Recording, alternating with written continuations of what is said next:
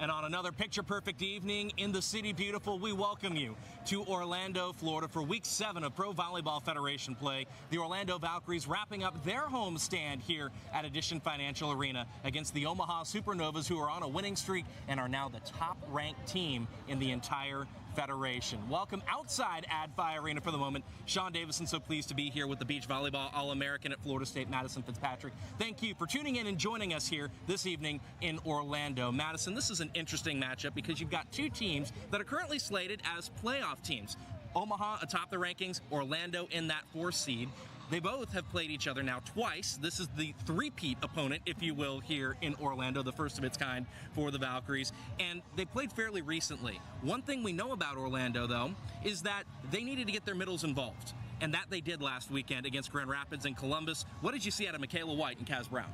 Well, whenever Orlando runs through their middles, they are so incredibly efficient, and they terminate at such a high level. Michaela White coming off of 12 kills, hitting .420, which is a really solid hitting efficiency. And then Kaz Brown, 9 kills, hitting .380. So we know whenever the Valkyries are in system and they run through their middles, they are the most effective. That is a testament to the defense, keeping the offense in system. It's a testament to Wilma Rivera and Carly Graham for setting those middles and spreading out that offense. And also, when they run through their middles a lot, it frees their pins more. You mentioned being in system. You mentioned setters. Well, for Omaha, they've got two tremendous setters. One in particular has seen a lot of time of late in Nadi Valentin Anderson. She played great here in Orlando as well. She absolutely did. Last time they came here, she had 47 assists, a handful of digs, an ace, 3 kills. She's extremely active as a setter, really solid on defense too. She's a 10-year pro, a 4-time MVP of the Puerto Rican League. She does a really good job at leading their offense. She certainly does. We'll be keeping an eye on her, Orlando's middles, and a whole lot more tonight as we continue the pregame festivities at AdFi Arena. We'll be back with more after these messages.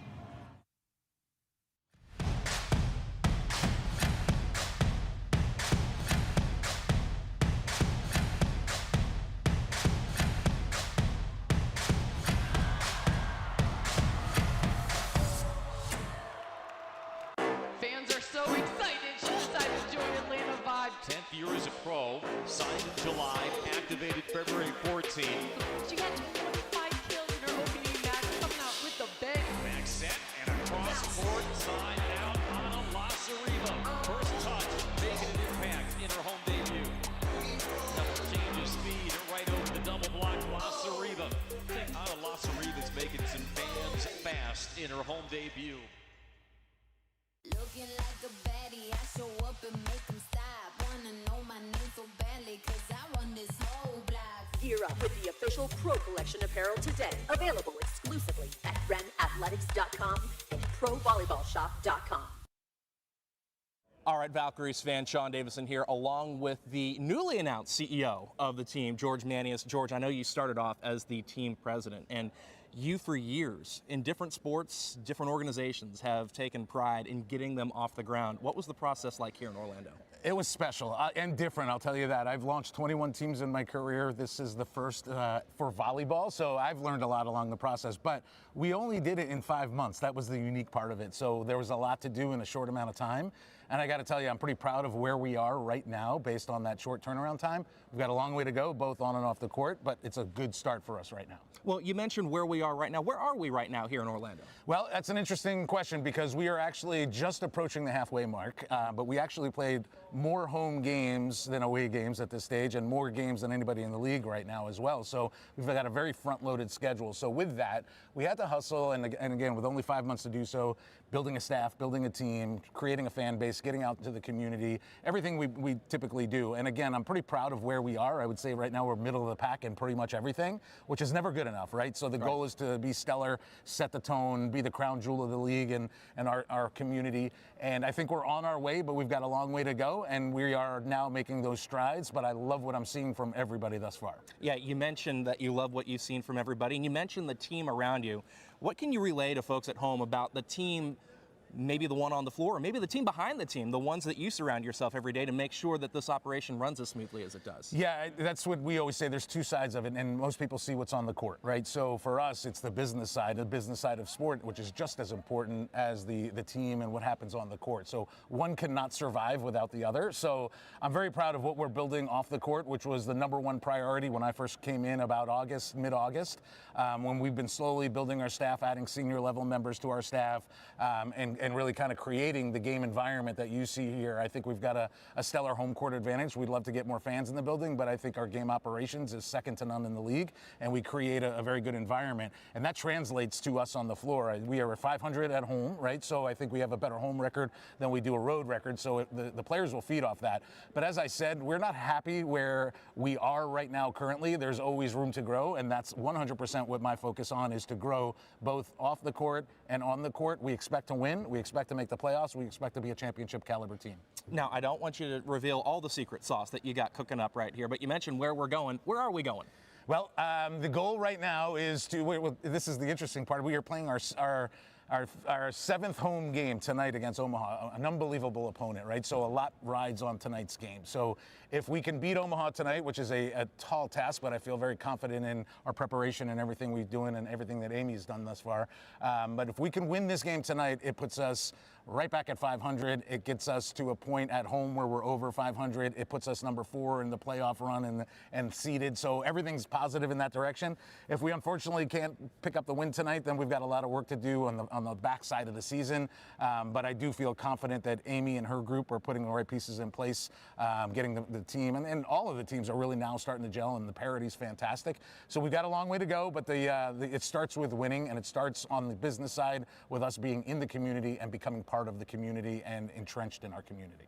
Sounds great to me. Great to have you here in Orlando and a part of volleyball, George. Thanks, Sean. I appreciate all you do. Absolutely. Thank you so much.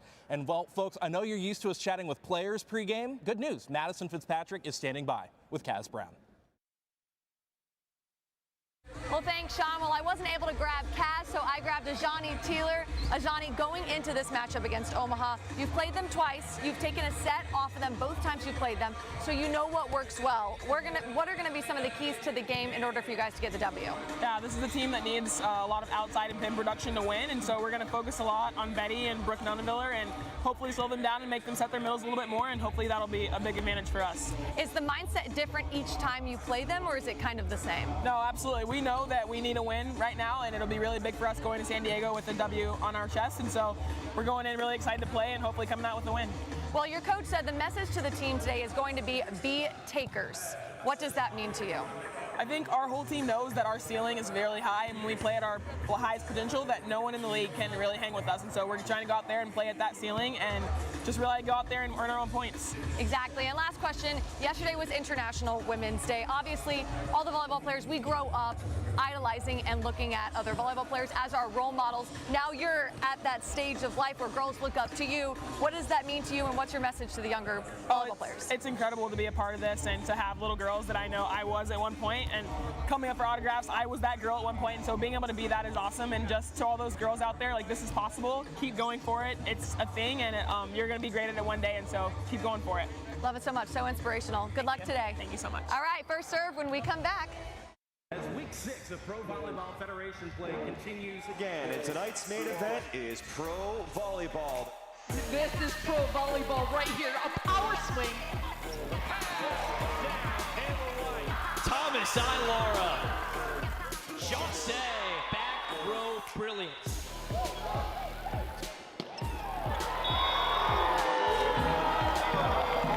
Tom Cobb picks out tap. We've got ourselves a match.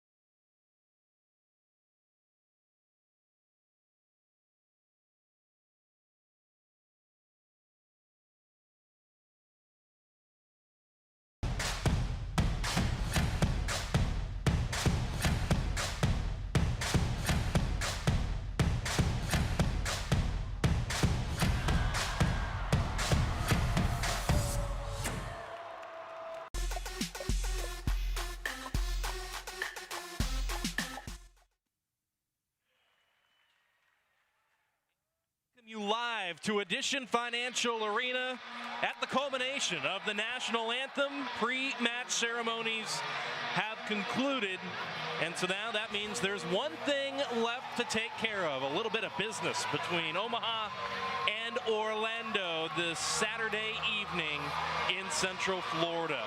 It was apparent to us as we made our way in, Madison, that there's a pretty darn good crowd building here at Addition Financial Arena. One of the better showings of the season so far. Oh, absolutely. It's the most I've seen in a very long time. You know, it's the third time that these two teams are meeting, so there's just a little bit of added intensity here for this matchup.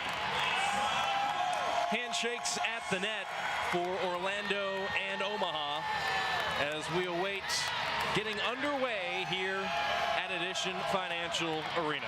We'll go ahead and introduce you to the starters. We'll start with the visiting Supernovas playing their first match in 9 days. Jess Shaben-Landsman, Brooke Nunaviller, Tori Dixon, Natalia Valentin Anderson, Bethania Dela Cruz, and Hrstina Vuchkova all get the starting nod. Of course, Kendall White will primarily be in that libero jersey for Omaha. Meanwhile, for Orlando, here is the starting lineup for the homestanding Valkyries. It'll be Michaela White, Ajani Teeler in place of Shaina Joseph, Jill Gillen, Kaz Brown, Wilma Rivera, Adora Anai all starting, and Georgia Murphy wearing that libero jersey for Orlando.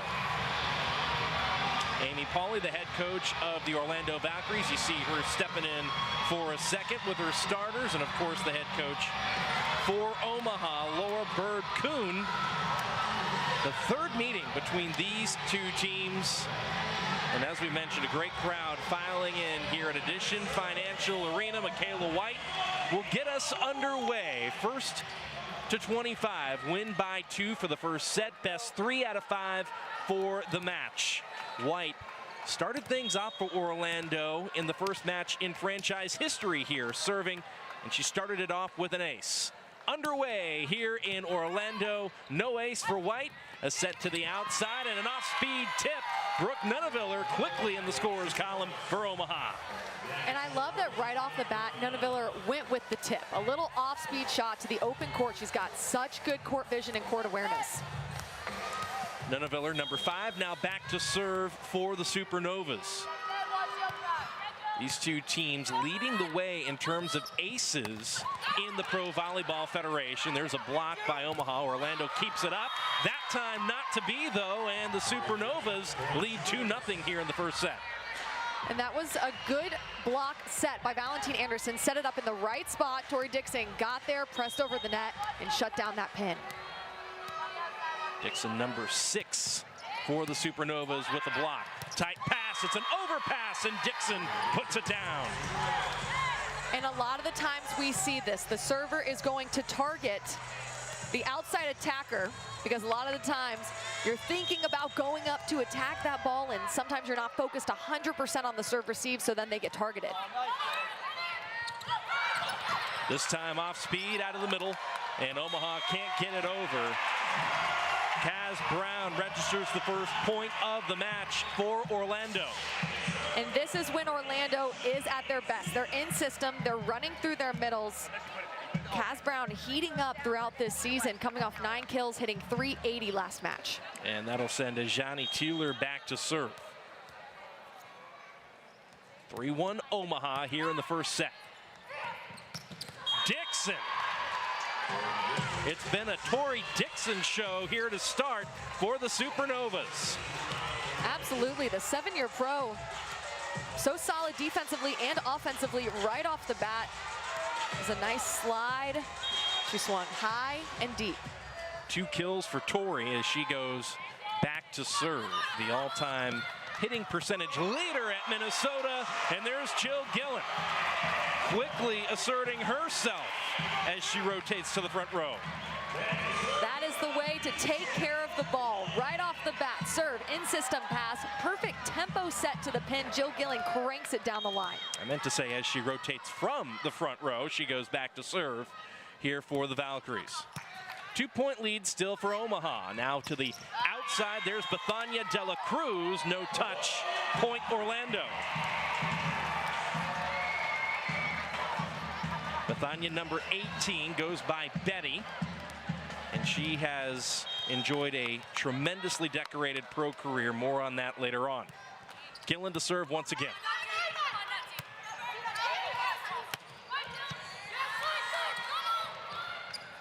Anai rejected.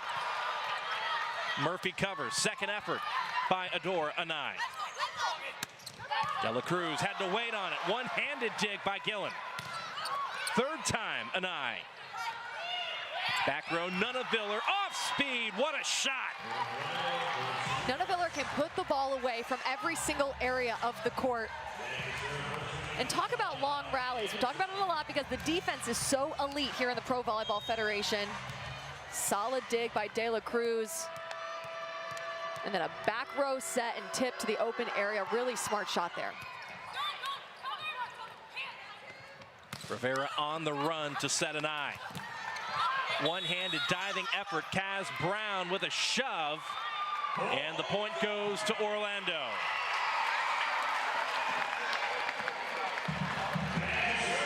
Kaz Brown with a couple of Orlando's early points here in set one.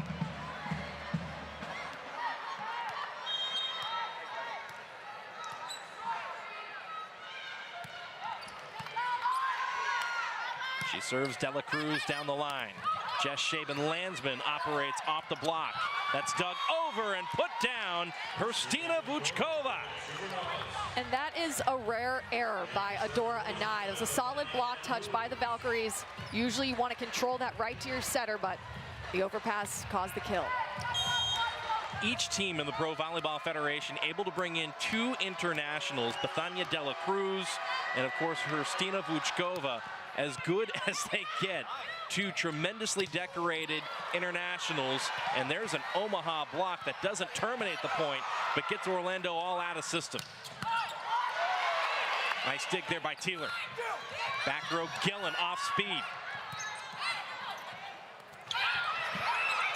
The shove just trickling over the net. Nothing off speed about that. Hrstina Vuchkova with the kill.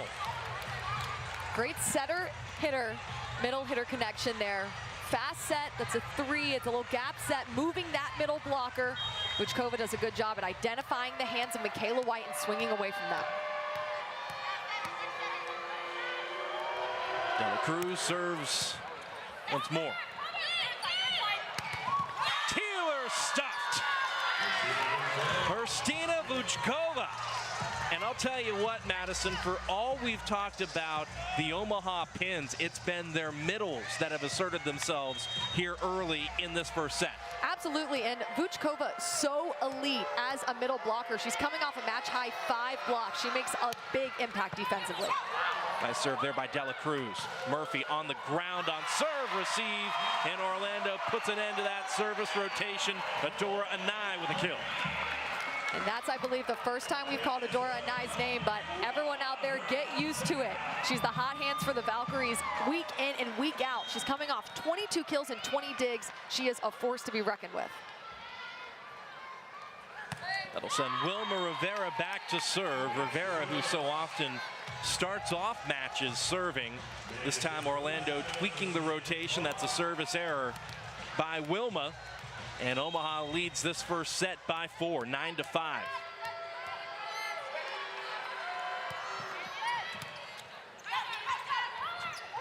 Quick to the middle, there's Michaela White. What a pancake there by Vuchkova. Anai! Starting to heat up at the pin. Exactly, and there we see a little bit of the range that Adora Anai has. Cranking it really sharp cross court, dropping that thumb and driving it angle. Anai will rotate to the back row to serve. Jill Gillen will move up to the front row for Orlando.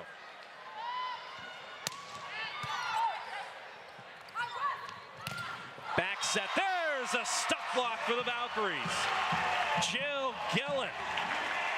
She is high flying. She's only 5'7", but when she jumps, she can touch 10 feet. Look at her there, tracking that set, getting up and over, pressing those arms, pointing her palms into the court and reading the shoulder. of Shaven Landsman so well.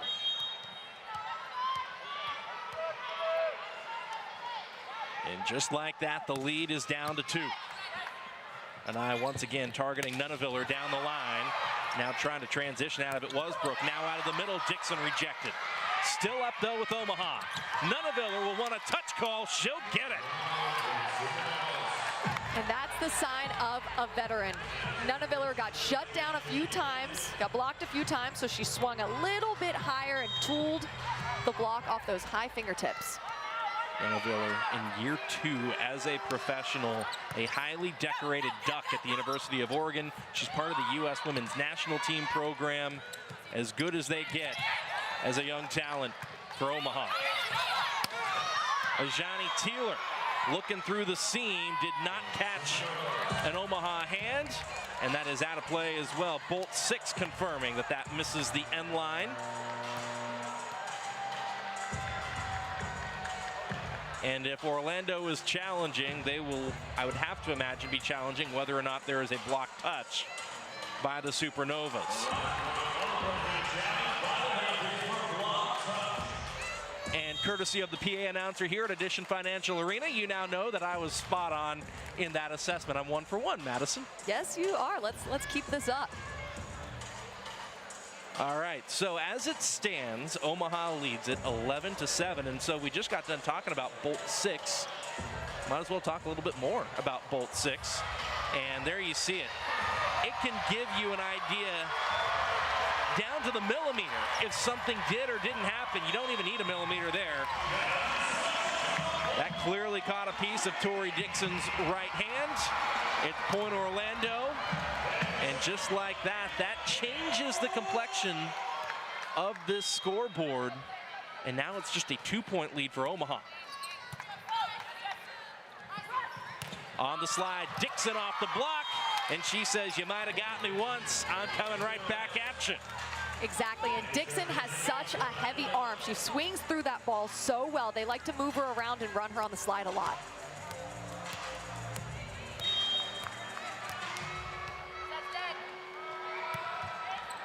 Nuneviller back to serve, tight pass. Oh, Kaz Brown.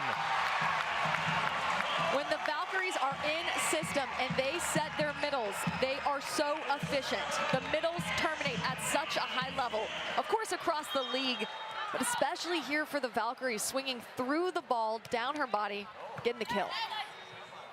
Serve down the line to Dela Cruz. Orlando with the block. Omaha keeps it up. Dela Cruz now operating off the Orlando block. Gillen off the block of Omaha. Both of these teams targeting the opposing block and trying to tool it. Exactly, and one of the things that Coach Bird told us is that a goal for this game is, of course, going to be to slow down these pins that Orlando has and shut down the pins. I think when you look at both of these teams, the players that draw your eye initially are the pin hitters. And so both teams really, Madison, are coming into this one trying to spread the ball around and take a little of the weight off. Yep, exactly. And Omaha does a really good job at that. Jess Shaven Landsman is their right side. She's their opposite. And she's second on the team in kills. So Omaha does a good job at spreading out that offense. It's another tight pass. It leads to a joust that Orlando wins. It gets over to Omaha, and now the Valkyries have a chance to run their offense. And how about that swing by Adora Anai? Front row, back row, several kills already in this first set for Adora. She can take care of the ball from every single area of the court. We see this a lot in the Pro Volleyball Federation, setting that back row. We call it a BIC. It's a quick set to the back row. And these outside hitters, these pin hitters that play 6 rotations are so terminal. Overpass, put down by Brown, and just like that, we are tied. Speaking of terminal, there is no way to cover that ball. Solid serve by Jill Gill, putting her team in the right position. Kaz Brown doing what she's up there to do, which is man the net, take care of the overpasses. 12 up, and now Omaha up, 13-12. Airtight first set at a couple of points. Omaha has stepped it out just a touch, only to have Orlando reel them back in. Now it's the Supernovas leading it by 1. Nati Valentine Anderson back to serve. Good pass there by Murphy. And an eye was in the net. And from our vantage point, I couldn't really tell if that set was just a little too far outside her shoulder, just a little too wide, or if she cranked it down the line too much. But either way, it hit the antenna.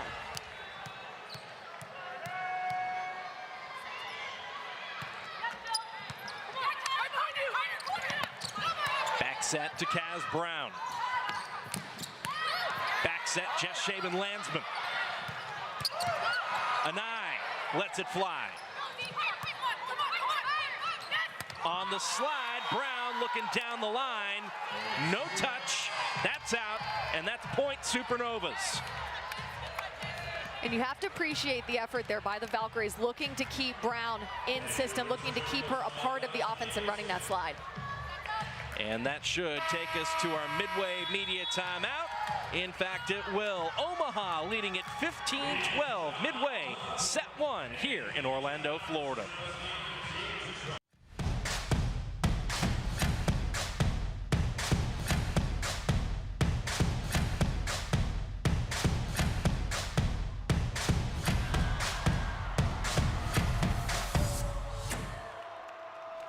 Fans are so excited. She decided to join Atlanta Vibe. 10th year as a pro, signed in July, activated February 14. She got 25 kills in her opening match, coming out with the bang. Back set and across court, side out on Lasariva. First touch, making an impact in her home debut. Double change of speed right over the double block. Lasariva. I think Ana Lasariva's making some fans fast in her home debut.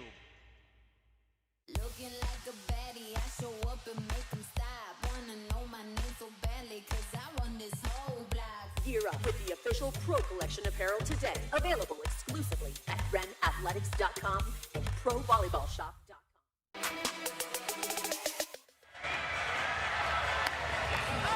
Nothing like Cotton Eye Joe to get the crowd on their feet and jumping around. Jump Around is also a classic that gets them jumping around for good reason. Absolutely. The energy in here is really fun, pretty electric. Saturday night, a lot of people showed out.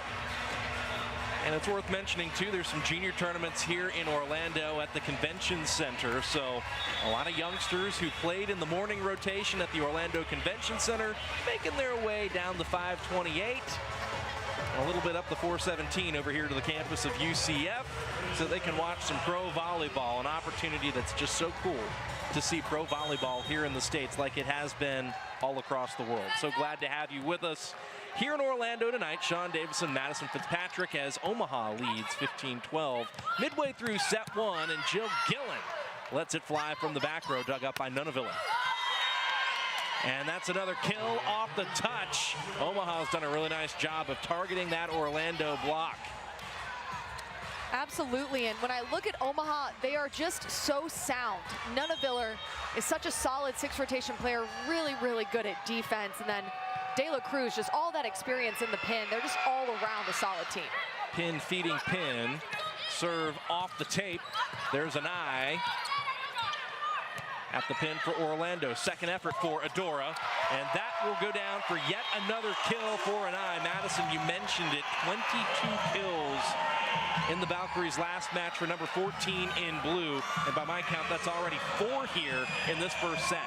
Absolutely. It's not just that she's the hot hands sometimes, it's that she's the hot hands always. She's got 6 years of pro experience, a decorated student athlete at Utah, and she brings all of that to this team. Out of the middle, Vuchkova. Michaela White takes a swing out of the middle, and I think Orlando thinks Vuchkova was in the net. There was a whole lot of vibration there, and it's unclear from our vantage point up here if that net vibrated because the ball clipped the tape or if Vuchkova's arm on the follow-through came down on top of the net. It was called that she was not in the net, and the point continued. Orlando opting to challenge mid-rally here, with the penalty for being wrong being you lose the point. The Valkyries already successful on one challenge here on a block touch call, or a block touch no call, I should say. Our crew here confirming that they are going to be going to a review. It's worth mentioning that each team in the Pro Volleyball Federation receives 8 subs, 2 timeouts, and 2 challenges per set. And the challenges refresh every single set. If you are incorrect, you lose one of those challenges. And again, like I mentioned, they reset in the upcoming set. So it's not quite as penalizing as in the college ranks where you get 3, or excuse me, now it's 2. And if you lose it, if you lose the challenge, you lose the challenge for the remainder of the match.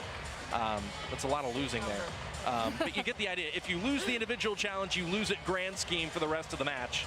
That's not the case here. You get that back in the upcoming set. So anyhow, cool little wrinkle there. The thing that I think I would bring up here when it comes to Bolt 6 and the challenge system is that if you're going to challenge mid-rally, you only have 7 seconds to do so. And if you wait until after the rally is over, you can't say midway through, I thought that she was in the net.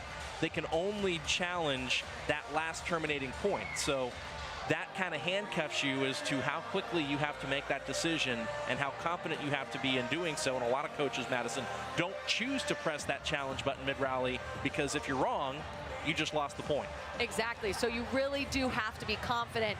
And you said the 6 seconds. You have to be quick on your feet and you have to be decisive with it. One of my favorite things about the challenge system is if you're correct, you get it back. I love that part. Let's see, challenging for a block touch.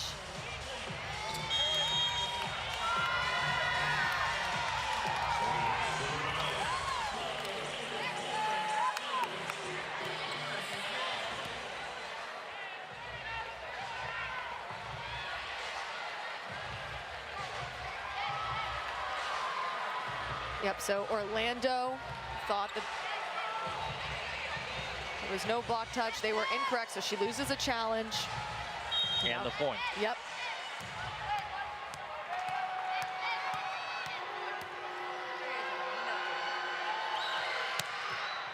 De La Cruz, strong serve. Good pass by the Valkyries, and Teeler, the beneficiary. Smart shot by number 21, tipping it over the block. Really smart shot. Love that set, and you see that set just a little outside. Teeler is so incredibly athletic. She adjusted her footwork, she adjusted her approach, got her feet there, and saw the open court really well.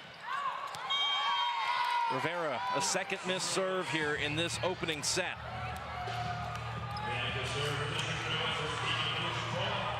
We'll send Hrstina Vučkova back to serve.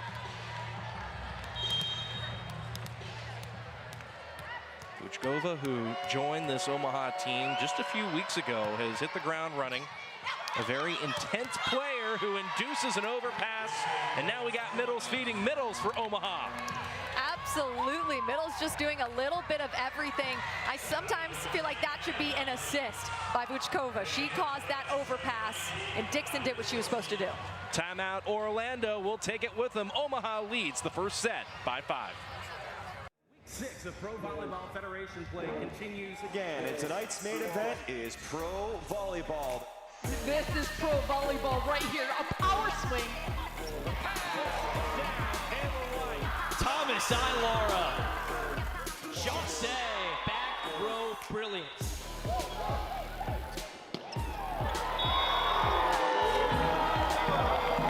Tom Cobb picks out tap. We've got ourselves a match.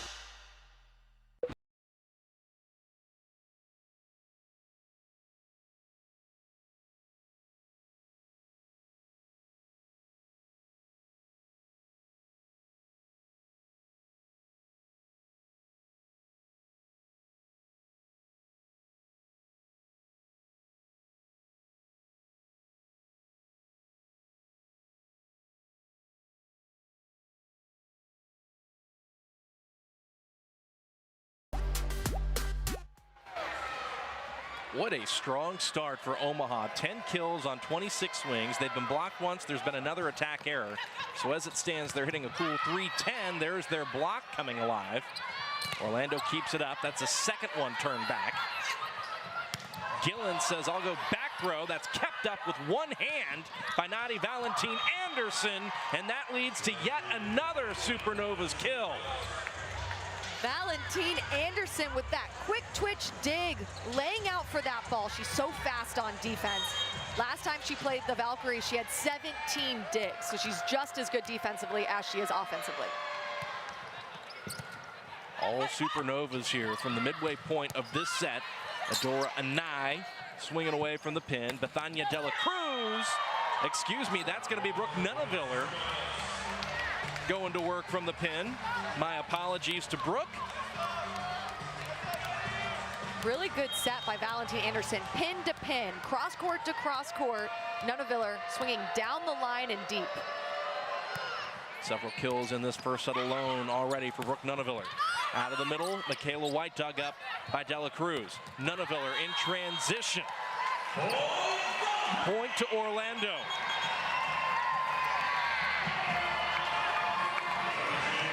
Oh no, now the point has been turned over. The call has been turned over, and it's going to be a kill off that touch for Omaha.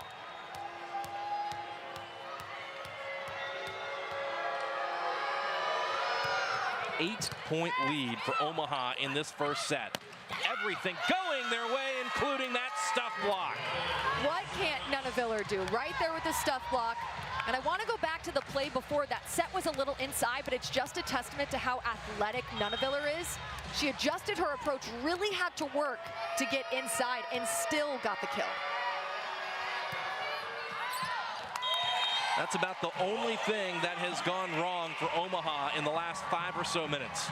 Exactly, and if you're Orlando, yes, you're down by 8, but you want to start to gain momentum. You want to start to gain some confidence leading into the second set, so every single point counts. Adora Anai back to serve. Out of the middle, there's Dixon, dug over. Nuneviller down the line. Teeler picked up by Kendall White. Dela Cruz, back row, knocked back into the floor.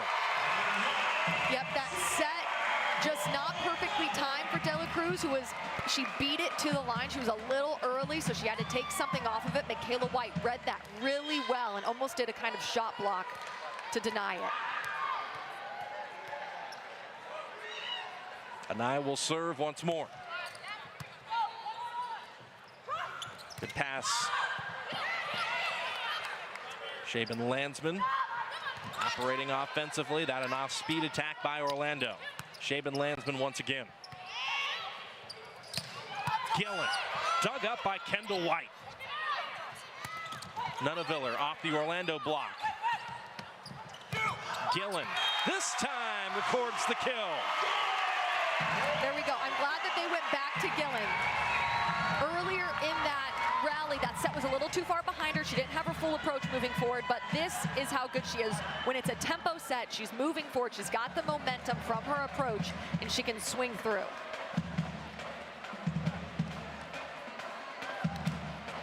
Good run here for Orlando. They're within 6.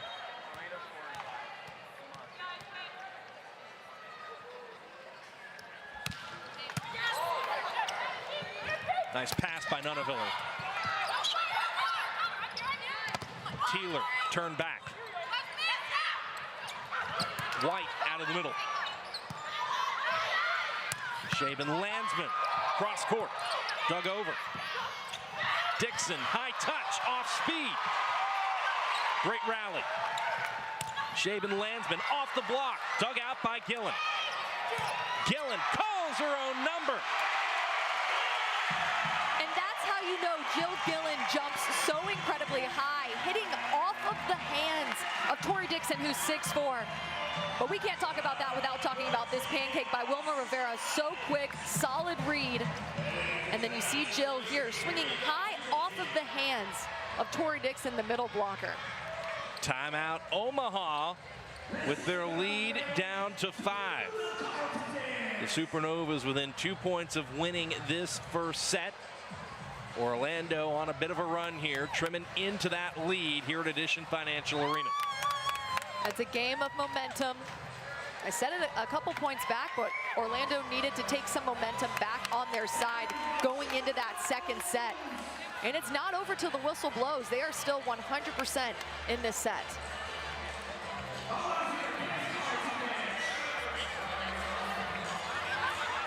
Orlando to this point hitting 190 in the first set.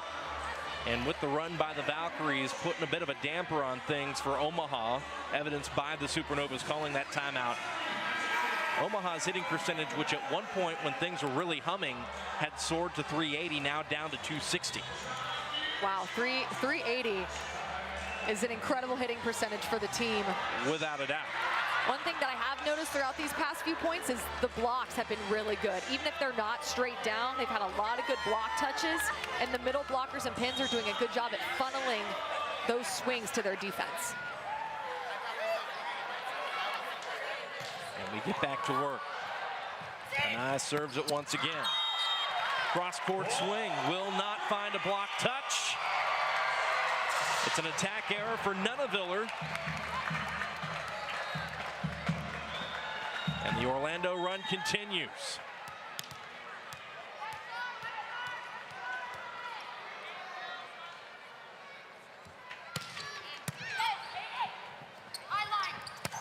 Nunaviller. A quality pass, then back to work in transition for number 5. She delivers a whole bunch of set points now for Omaha. Yep, really solid serve receive pass by Nunaviller, who then adjusts that set a little outside, but she adjusts her approach and has such a fast arm swing. Michaela White not able to close that block, and Nunaviller swung through. Jess Shaban-Landsman serves set point. Gillen hammers it off the block. Dixon dug up by Rivera. It's over and off the block. Teeler stuffed, and that'll do it.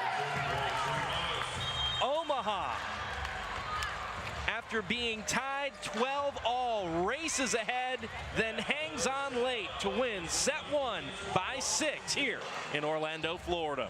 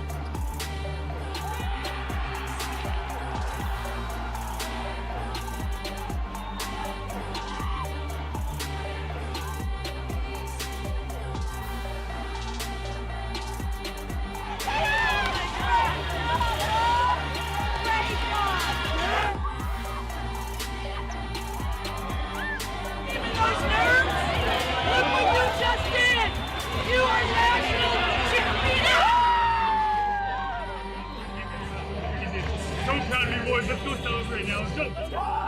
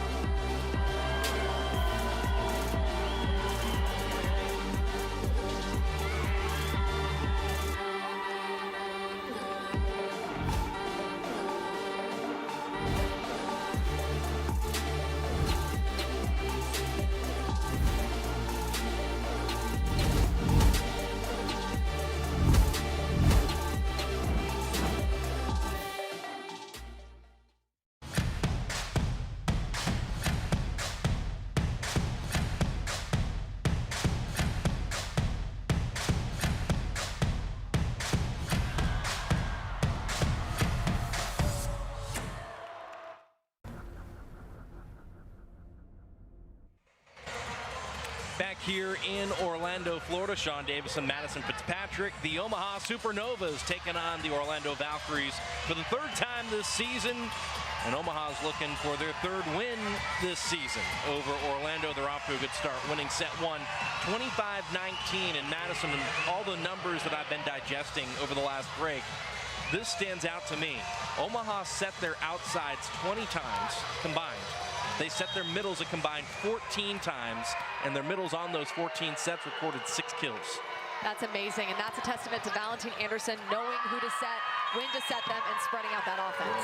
And straight away, Brooke Nuneviller starts off set 2 with an ace serve.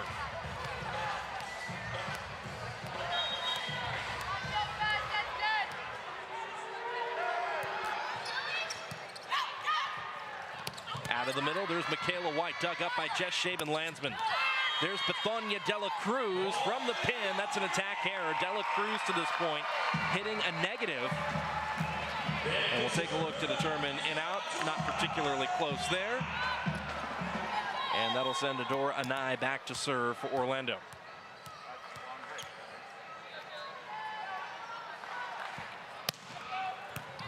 Anai dug up by Nuneviller. Omaha does well just to get that serve receive up and over. Gillen. That's all service pressure right there for Orlando. Absolutely great serve. It dove back to the line. Still really scrappy play by Omaha. Jill Gillen, though, finishing the point, swinging high off of the hands. She's got such a vertical, and she uses it every single time she approaches and swings. 2-1 Orlando. Another strong serve there by Anai. Heavy in the seam, and there's Bethonia Dela Cruz. Bethonia Dela Cruz, whenever she heats up, definitely expect her to heat up. Great set by Valentine Anderson, leading Dela Cruz so well. And then Dela Cruz just driving it deep angle. Dela Cruz, one of 3 Olympians on the roster, including this woman right here, Tori Dixon, who was an alternate twice for the U.S. national team. Gillen hammers it off the block, and Jill Gillen is feeling some kind of way here in set 2. I mean, she really is. That's one of the things that Coach Bird said that they need to do, is they need to slow down and shut down the pins of Orlando, and so far Jill Gillen has been finding an answer for the block almost every time. MK White serves. Dela Cruz starting to heat up herself. I said it before, but when Dela Cruz heats up, she definitely heats up.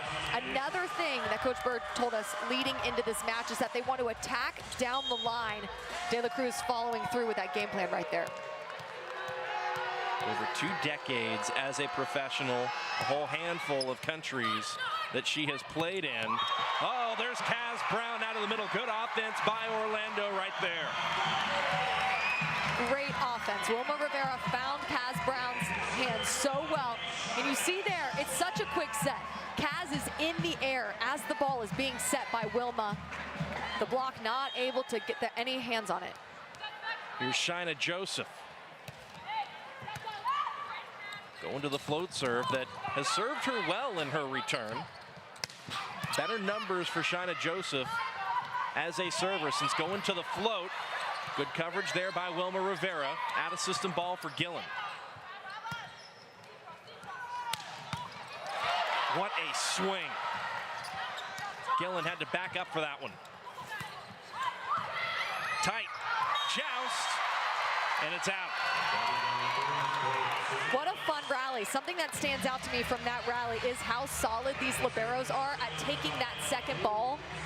When they're out of system, they're still putting their pin hitters in really good positions to score.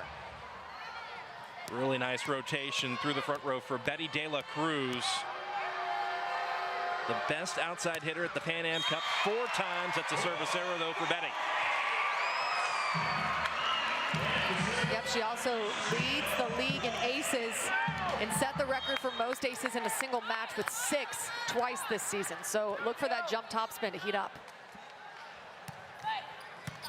Jill Gillen back to serve for Orlando. That's a misconnection set over Hrstina Vučkova. Orlando will take it. They lead 6-4. That is very rare. You're probably not going to see that again.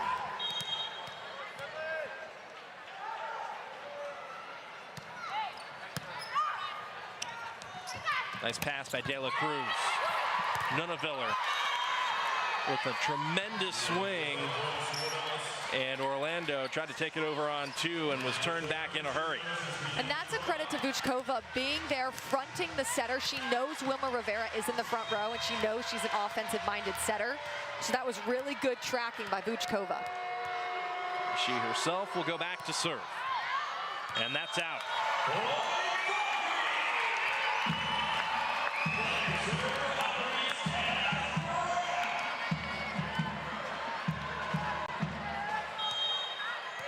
Seven combined serve errors between Omaha and Orlando. Just the one ace for the Supernovas to this point. An eye out of system. Shaven Landsman off the Orlando block. Once again out of system, this time Nunaviller, smart shot. She's got such range, and she has so many offensive weapons in her repertoire. She can swing deep, she can swing sharp, she can take something off of it and tip to the open areas of the court. She can hit from every area of the court. She really can do it all. Kill number 7 for Brooke Nunaviller. She's hitting 400 to this point, and that's a service error by Jess Shaven Landsman. Wow, hitting 400 as a pin attacker is extremely efficient.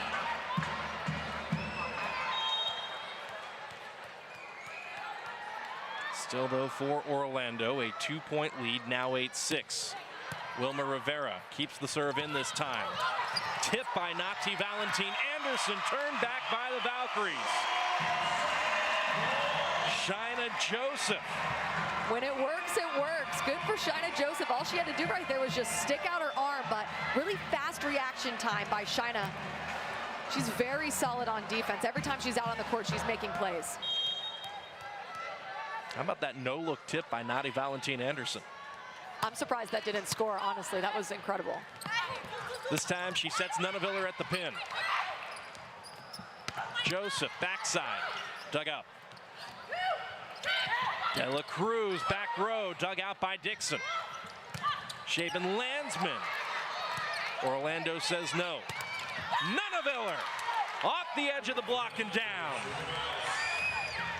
There's Nunaviller with all of that power, swinging through the ball. The block not timed up perfectly, not pressed over at the right time, and Nunaviller got the tool. She is so much fun to watch. Going back to her career in college at Oregon, a 2-time All-American, and that's impressive enough. But when you consider the fact that she was an All-American as a libero, speaking of liberos, look at Kendall White. Joseph cross court. Nati Valentin Anderson's going to get called for the double contact. Man, what a play by White, though. What a play by White is right. That's what you want out of your libero, a never say die. A ball does not touch the floor kind of mentality, and White has all of that.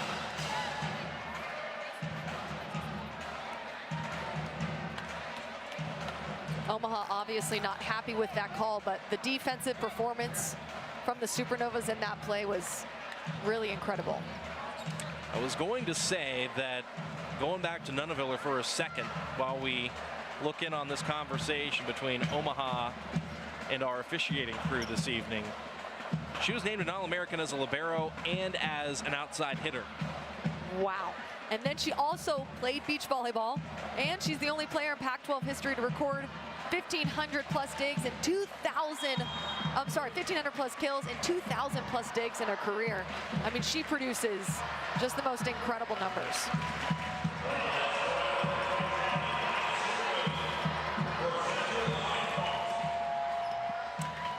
So what Omaha is challenging and what had been called was a center line fault. As soon as the ball was set, the play was blown dead, so I assumed in the moment that that was a double contact. What our officials are instead saying is that Nadi Valentine Anderson had crossed the center line in her attempt to get that ball back in play.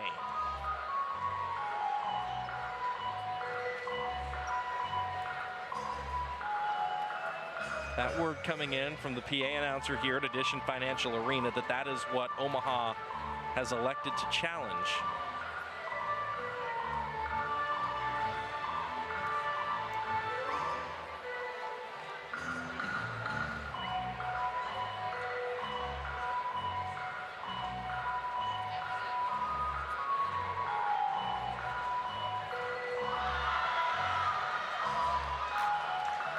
As it stands, Orlando leads it by 3.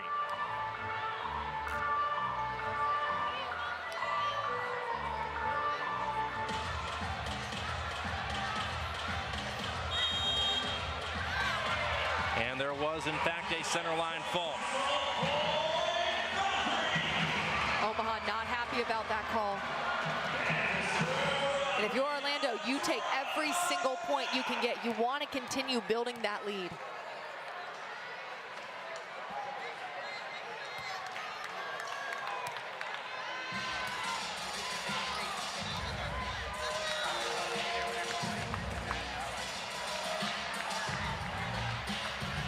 Still some discussion, but it will not change the picture as it stands here on the scoreboard in set 2.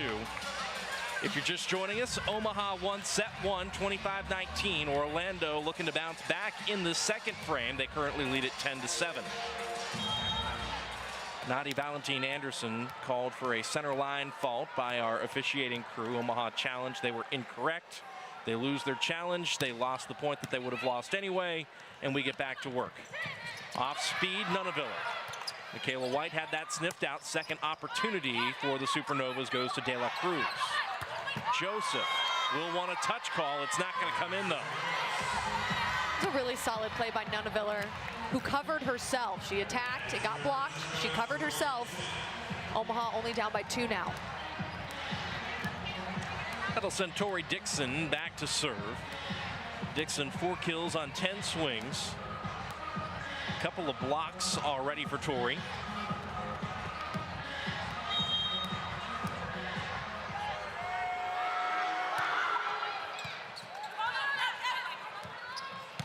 Gillen stuffed, but Orlando keeps it up. This time off speed over the block. Dixon will set the out of system to De La Cruz. Gillen had to hesitate. That's turned back. White out of the middle. Boy, Madison, you said it earlier. These blocks are getting a lot of strong block touches. They're not all finding the floor, but they are causing problems. I mean, absolutely. Vuchkova does so much work to get there and close the block every single time and take up the space that she's supposed to take up. And that play, they did a really good job at shutting down the pin. 3-point lead for Orlando, 11-8. This time backside Joseph, dug up by Shaben Landsman.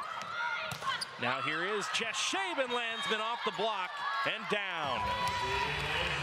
Shaben Landsman is one of those players that's a little quieter, not as flashy, but she produces such high numbers. She's second on the team in kills. And last match against Atlanta, she led the team in kills with 12. So she's one of those players that day in and day out produces such high numbers. Jess Shaben Landsman, who had a decorated collegiate career at Iowa State, then played on the sand at LSU, then retired and came back to this Pro Volleyball Federation as Jill Gillen goes to work off the block. But I think that's important context for when you look at Jess Shaben Landsman. This is a young lady who retired, got into high school coaching, and is now back to work as a professional. And how cool is it that the Pro Volleyball Federation allowed her to have that opportunity to continue to play the sport that she loves here in the States? Bethania De La Cruz has played Athletes Unlimited now for a couple of years here in the States, in addition to her widespread international career. There's Kaz Brown, dug up by Kendall White. Dug over. And picked up by Jill Gillen to no avail. I believe there's a net fault here on Orlando. Boy, I'll tell you what, credit to the Supernovas digging this up by Kaz Brown. I mean, that's such a sharp down-the-line swing. Kendall White, where's she supposed to be? Getting underneath the ball, keeping the play alive. Off the tape, it's up. Gillen turned back. This time Brown from the backside. Nati Valentine Anderson got there with the left. Nunaviller. There's a whole lot of vibration in the net. That's a call against Omaha. Orlando continues to lead by 3.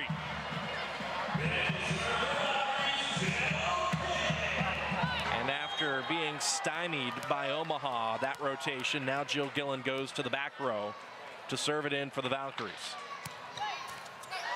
And it's a trickle ace for Jill Gill. The first ace of the match for Orlando comes from the rookie out of Arkansas. And you see her after that give kind of a sigh of relief. You almost hold your breath when you serve it that flat to the net, but it usually pays off. It's very difficult to pass. One ace either side. Nunaviller turned back. White with a one-handed push. No chance there. Kaz Brown has the ability to really heat up defensively and shift the tide for the Valkyries. That's certainly worth another look as Kaz Brown delivers a jolt and a lightning bolt midway through set 2. The Valkyries lead at 15-10. We'll be back after these messages. Our day has dawned. A new horizon is upon us. Inspired by the many who came before us, together on a path to achieve something extraordinary. Do you hear the groundswell? We are at the forefront of a revolution.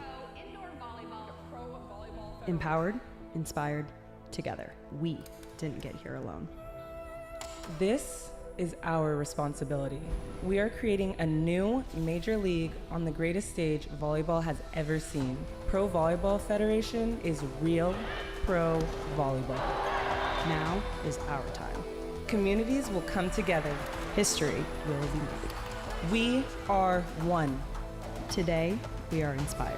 Today, the light shines on us. Today marks the beginning of the next chapter. And we're writing it together. Rally with us!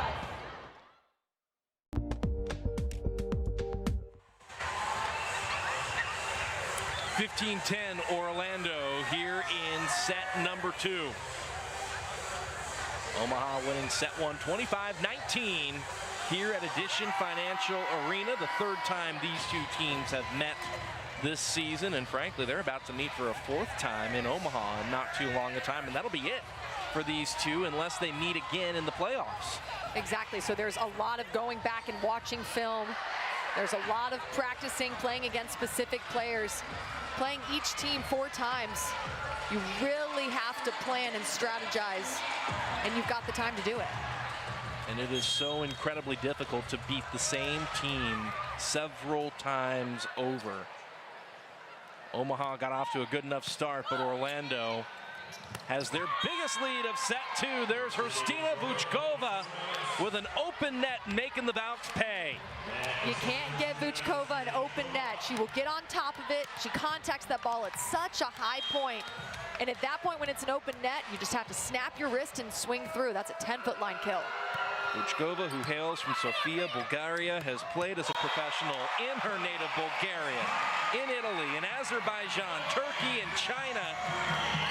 And Kaz Brown just took care of business. Kaz Brown says, you can swing straight down, that's fine, I can do it too. Running behind the setter and hitting away from the block. And there's an ace serve.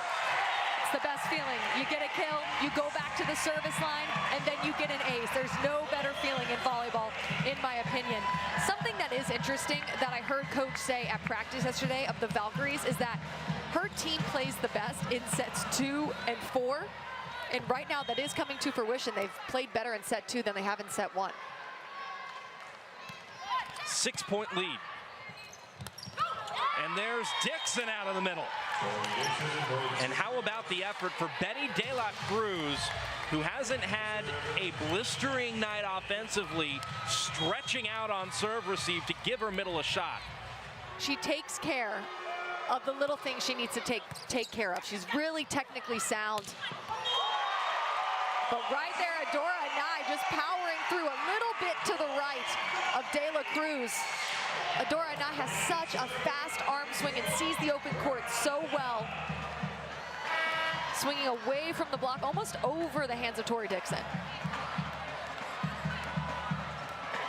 And how about this? Looks like Betty De La Cruz is going to get subbed in the back row for Allison Mayfield. So De La Cruz will sit a spell and Mayfield will check in. And there's a service error by Wilma Rivera. That's several for her. Early goings here in this match. Rivera, who's been one of the better servers for Orlando, has a chunk of their aces to this point this season, with several that have cost her team here so far. Anai jammed up on serve receive. And she'll take care of it anyway. That was great placement by Anai. That set by Michaela White a little inside. That was definitely a difficult set, but you see Anai adjusting, getting her feet there, dropping her pinky and turning it deep down the line. And once again, Orlando leads by 6. The Valkyries have led from the drop here in set 2. Back row, Shaban Landsman. Gillen, plenty of heat on that one. Boy, everybody turning up the tempo. Mayfield gave it a rip. Joseph, how about it? That is when Joseph is at her best. When the block is late, she sees an open seam. She loves to crank down sharp through that open seam. You see her there just taking care of the ball. Timeout, Omaha. Orlando leads it by 7. They have entered the red zone here in set 2. Looking to knock this one up, 1 set all. NCAA women's volleyball will never be the same. Students of the game will study this era for generations. But we're only getting started. Sign up for pre-sale, news, and more at ncaa.com/volleyball.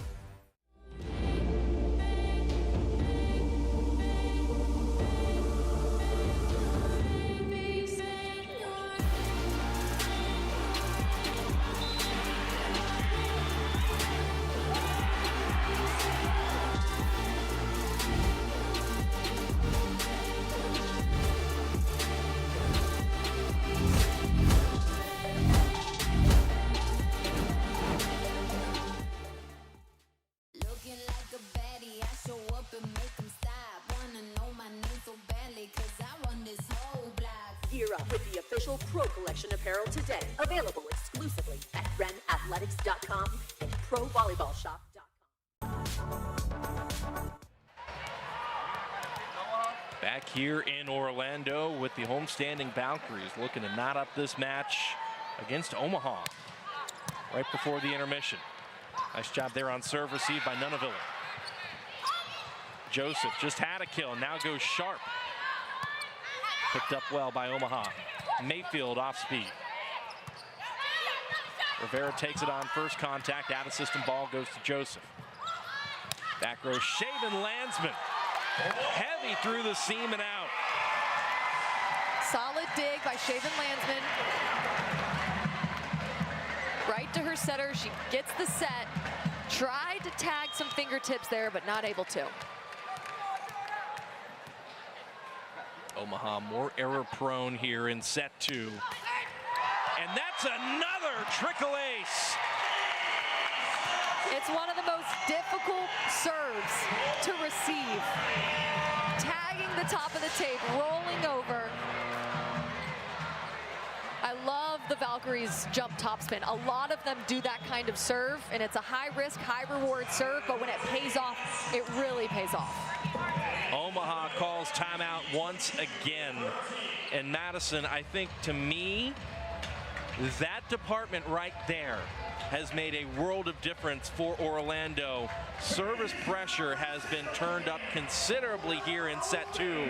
And you don't always see it turn out this way in terms of the black and white in the score column, but 3 aces to 1 error in this set for Orlando.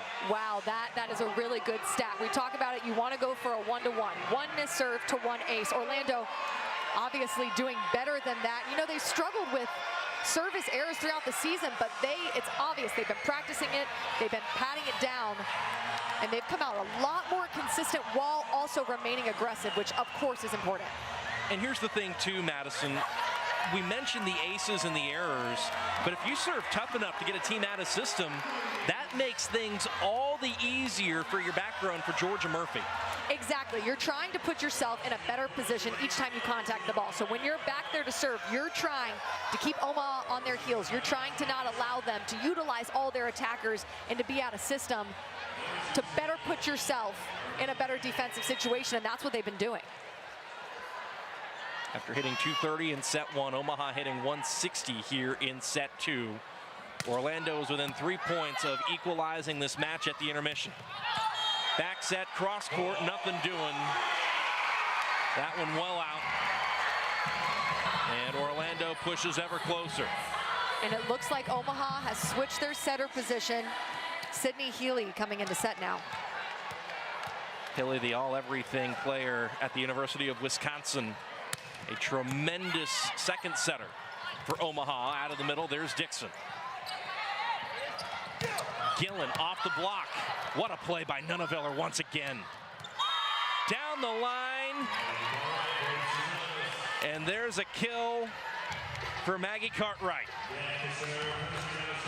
Let's check out this defense from Brooke Nunneveller. So springy and scrappy on defense, and then, wow, the range from Maggie Cartwright, dropping her thumb, turning it down the line, so wristy. Second time she has played Orlando in this building. She's hardly played outside of that, has Cartwright. Here she goes off speed. Joseph hammers it off the block. Another dime of a play by Nunneveller. It's an overdig though. And Gillen puts it down for set points. Still, tip the cap to Nunneveller, making another quality defensive play just to try to stay in the point. Absolutely. I mean, what can't she do? This is a defensive highlight reel put on by her. Bunch of set points for Orlando. Mayfield off the edge of the block and down. That saves one of them. Orlando, though, just a side out away. And this is one of those situations where you want to get some momentum back on your side. You want to gain some confidence moving into set 3. Cartwright back to serve. Hey, she says, I can come away with a triple ace too. And we've already seen 3 of those tonight. We're only in set 2. There's some really flat float serves. 2 set points saved. How about another? This is absolutely unprecedented. We have not seen that many throughout the entirety of the season. Now we've seen 4 here tonight. That's a testament to how flat these serves are to the top of the net and where the server is contacting the ball. Really difficult to pass, and it's been 4 trickles and 4 aces. Perhaps it should come as no surprise that with their backs against the wall, each of these teams have gone on runs. When you look at set point alone, Omaha has been the most successful team in the Pro Volleyball Federation at staving them off. They have saved 26 opponent set points to this point this season. You want to guess who's number 2 with 25? Is it Orlando? It would be Orlando. Wow, that's such a fun matchup. And then Omaha leads the league in aces. Orlando is second. We've got a tight matchup here in many different aspects of the game.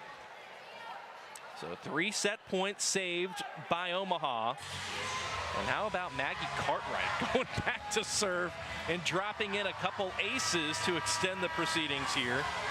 And I mentioned it, Cartwright, she has not played a lot. She did play here in the previous matchup against Orlando, and that's it.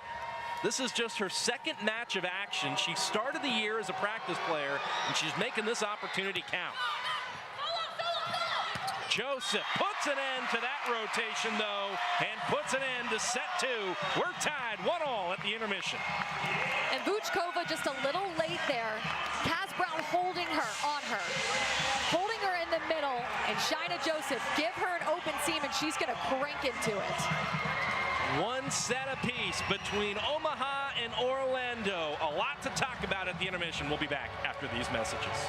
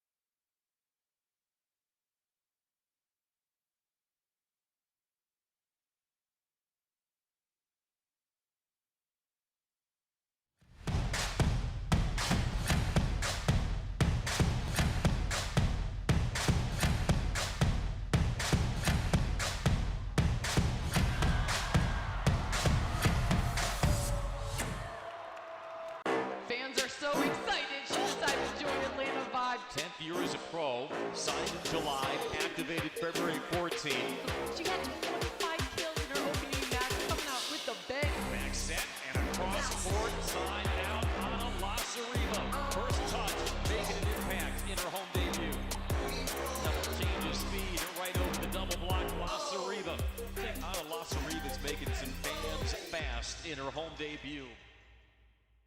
Looking like a baddie, I show up and make them stop. Wanna know my name so badly, cause I run this whole block. Gear up with the official Pro Collection apparel today. Available exclusively at realprovb and provolleyballshop.com. As week 6 of Pro Volleyball Federation play continues Again, and tonight's main event is Pro Volleyball.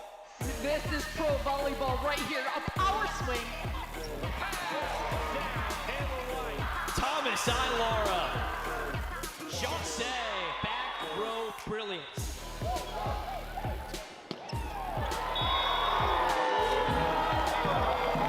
Tom Cobb picks out tap. We've got ourselves a match.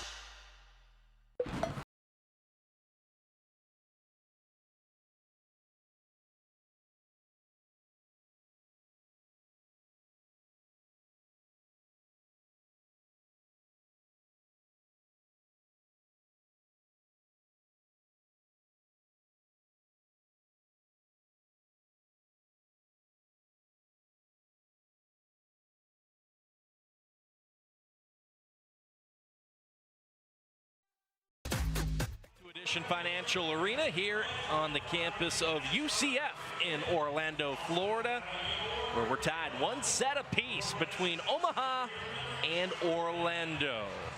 The Supernovas playing their first match in 9 days. The Valkyries wrapping up a several match homestand, and there have been a lot of highlight-worthy moments in the first 2 sets, Madison. I mean, absolutely. It's kind of been a tale of 2 pins. Jill Gillen leading the team for Orlando with 8 kills.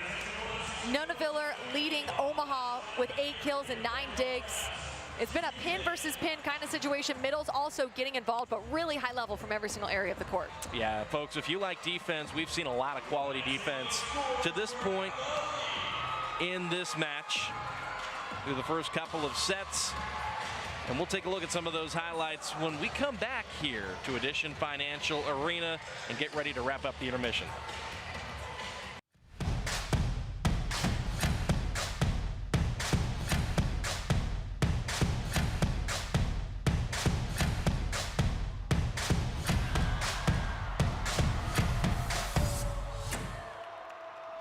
Fans are so excited. She decided to join Atlanta Vibe. 10th year as a pro, signed in July, activated February 14.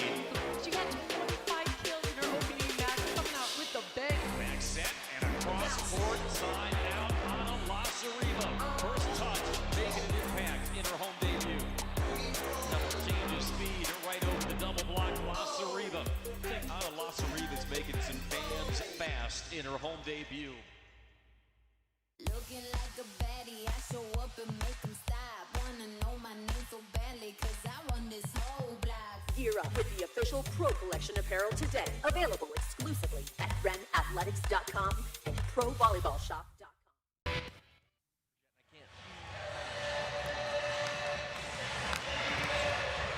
Well, I promised some highlight-worthy moments here at Edition Financial Arena, and as these teams head to the floor to get things going in set number 3, Madison, let's go ahead and take a look. Let's go ahead and take a look at Tori Dixon manning the net, putting that ball straight down just like she's supposed to do. And then let's go back to the other side. Kaz Brown doing what she's supposed to do, blocking that ball straight down, no covering there. Then we've got a pin-to-pin set. Valentine Anderson is such an elite setter. Nunaviller leading her team in kills. And then we see how well Wilma Rivera has been spreading out the offense right there, setting the back row of Teeler. And we can't show highlights without showing off Nunaviller. She's had 6 straight double-doubles, and it looks like tonight, if she continues in the way that she is, she's going to get her 7th. Finally, Tori Dixon on the 3, swinging that ball down the line with so much heat and power behind it. And lastly, Shaina Joseph. We have seen some hard-hitting kills, some really scrappy one-arm digs. We've seen 4 trickle aces. It has been quite the night already, and we're just getting started. Indeed we are. You mentioned Brooke Nunaviller, 8 kills, 9 digs, approaching yet another double-double. Wilma already has one in assists digs, 19 assists, 10 digs for Wilma through the first couple of sets of action. As these teams head back out to the floor, Madison, what are you most looking forward to seeing here on the backside of the intermission? I am looking forward to seeing how Omaha responds. Now we see Sydney Hilly on the court. She's such an elite setter. She's a 1-year pro, a member of the 2023 USA national team, part of Wisconsin's first national championship team in volleyball history, a 5-time All-American. I'm excited to see what she does out there on the court. So Sydney Hilly will give Orlando a different look. Her first action in the last, including this one, 3 matches.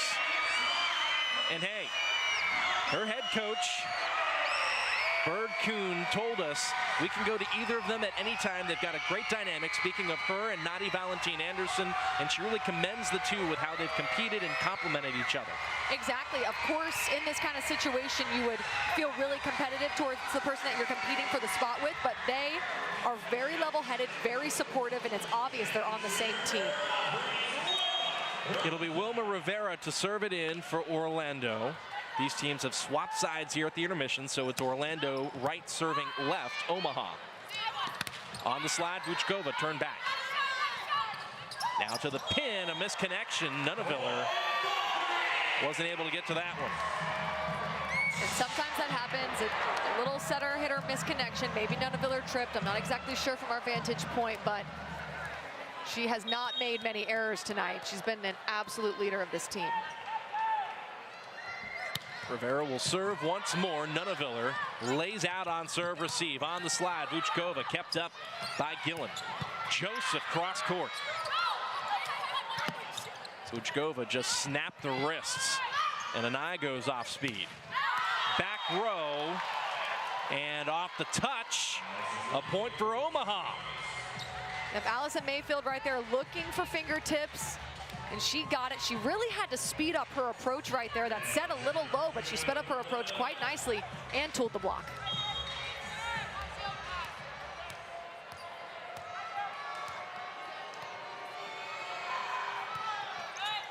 Nunaviller serving an eye. White out of the middle, turned back. And just like that, Omaha pokes out in front early on. It just looked like right there, White contacted that ball not at its highest point. She contacted it a little low. Back set, Joseph, that's in the antenna.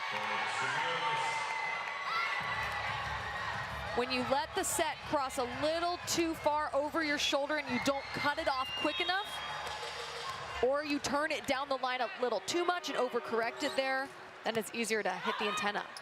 Good start to set 3 for Omaha. This time off speed, Joseph. Omaha rescues that off the net. An eye. Just shoved back to Orlando. White high reach. Nunaviller, guess who, gets it over. Not that time. There you go, and that's what it looks like when the setter-hitter connection is on between Wilma Rivera and Michaela White. There's a little lack of timing there. That set a little too high. Michaela contacted it with her fingertips, but here, the connection is on, the timing is on, it's run perfectly, and Michaela White is so efficient when that set is set to her hand. 3-2 Omaha. And Madison, what do you make of the Supernovas coming out here in set 3 with the rotation that they tweaked late in set 2? Mayfield on the floor. You also see Cartwright on the floor. I love it. I mean, Coach Bird is such an elite coach. He's had so much experience at many different levels, coached really high-level teams. And sometimes you do that to bring a different energy, to put new faces on the court, to change up the matchups a little bit. And again, worth mentioning, this is the 3rd time these two teams have met, showing Orlando a little something different as they trade service errors here early going.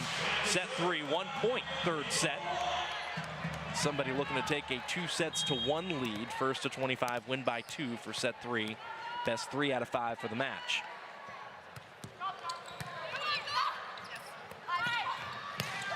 Oh, what a swing. Allison Mayfield with the kill. Allison Mayfield has a really long approach. You see her there, super long approach. Jumps into the ball, uses all that momentum to power through the swing. Allison Mayfield, who's played in several different countries as a professional. There's Shaina Joseph, who has had a several-year-long career as a professional on the Canadian national team as well. That's another kill for Shaina, and she'll go back to serve.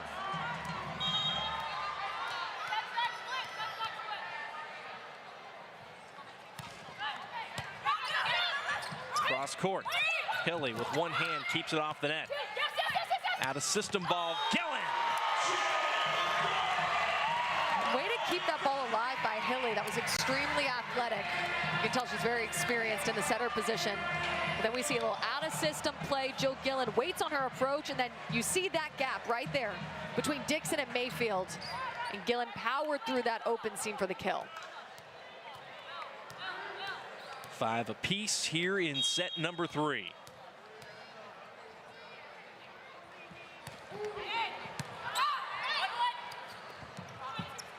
Back row, Nunaviller. Dug up to the net.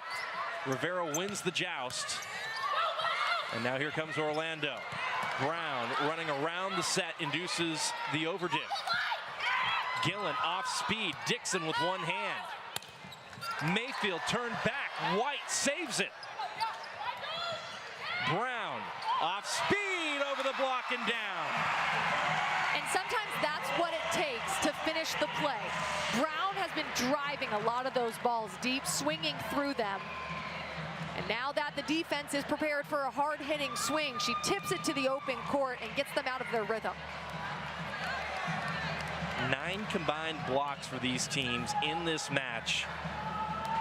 But Madison, 19 combined positive block touches on top of those. That's what makes it so much fun to watch. These blockers are putting a ton of work in to keep the rallies going. Dixon, wow, what a swing. Great offense there by Omaha. Yep, and right there, Georgia Murphy, the libero for Orlando, in the right spot, just not able to adjust her platform and angle her platform into the court.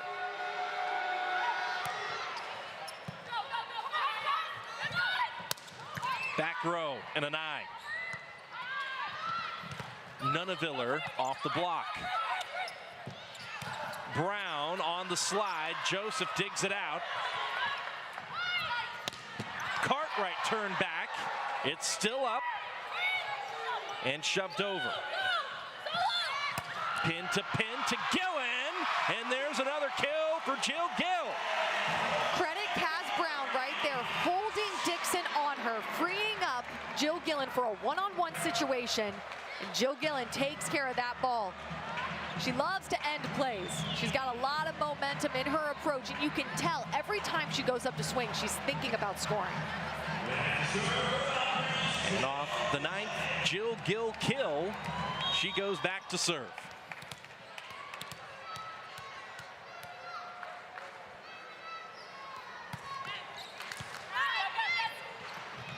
Out of the middle, Dixon puts it down in a hurry. Tori Dixon coming alive offensively throughout this set, carrying a big load. And it's good. You want your middles to get set when you're in system. You want to free up your pins, and Tori Dixon doing just that. Dixon, who really did a nice job in set 1. There's Adora, a 9, number 14 for Orlando, swinging away at the pin. We'll take a look at Adora here for a second. Nice tempo set. Adora Anai swinging through that open seam. She's so athletic and consistent out there at the pin. Dixon had several kills in set 1, now 2 more here in set 3. Has had as many as 9. There's good vision by Sydney Hilly, calling her own number, and that's how many contacts it took for her to take it over, 2. And I'm not sure about you guys watching, but from up here, that was so deceptive. I really thought she was gonna set her hitter, but that was a really deceptive, nice offensive-minded attack by her. Next set, Joseph. Wow, what a swing by Shaina Joseph, who's been out for some time due to injury, working her way back last week and this week, and that looked pretty darn good. And it looks like she's coming back better than ever. Snapping on top of that ball, hitting it at its highest point and down. That is a fourth, I believe, service error by Wilma Rivera.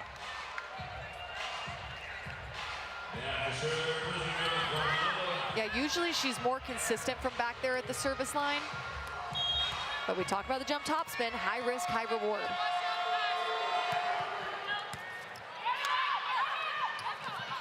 Joseph, the hot hand, that's in the antenna though. And just like that, Omaha takes the lead 10-9. Tell you what, set one, Omaha ran away with it. Set two, Orlando ran away with that one. So far, I know it's still relatively early. This one more back and forth, misconnection there. Joseph just underhands that over. Out of system now for a nine, and Omaha had that play sniffed out. Vuchkova put in a lot of work right there to close that block. And then she read where Adora and I was wanting to go. She wanted to swing angle. Vuchkova dove her arms into that angle and shut it off. Another service error, this time by Omaha. And I want to go back to the block there. That's another one for Omaha, and they have outnumbered Orlando in that department. We don't say that often. Orlando just with 3, Omaha with 6, now 7 for the match. They come in with relatively even block numbers. That's a kill off the block for Vuchkova. And blocking is all about discipline. The name of the game for blocking is discipline, and the Supernovas very disciplined up there with their net defense. 2.51 per set for Orlando, 2.47 per set coming into this match for Omaha. Gillen. I'm sorry, let me pick my jaw up from the ground. That is a 5'7" outside attacker who swings straight down. She has such a high vertical and can contact that ball at such a high point, hitting that 10-foot line as an undersized pin. Oh, what a swing by Omaha. Mayfield in response goes cross court. These have been a couple really good points where each team is siding out right away off serve receive.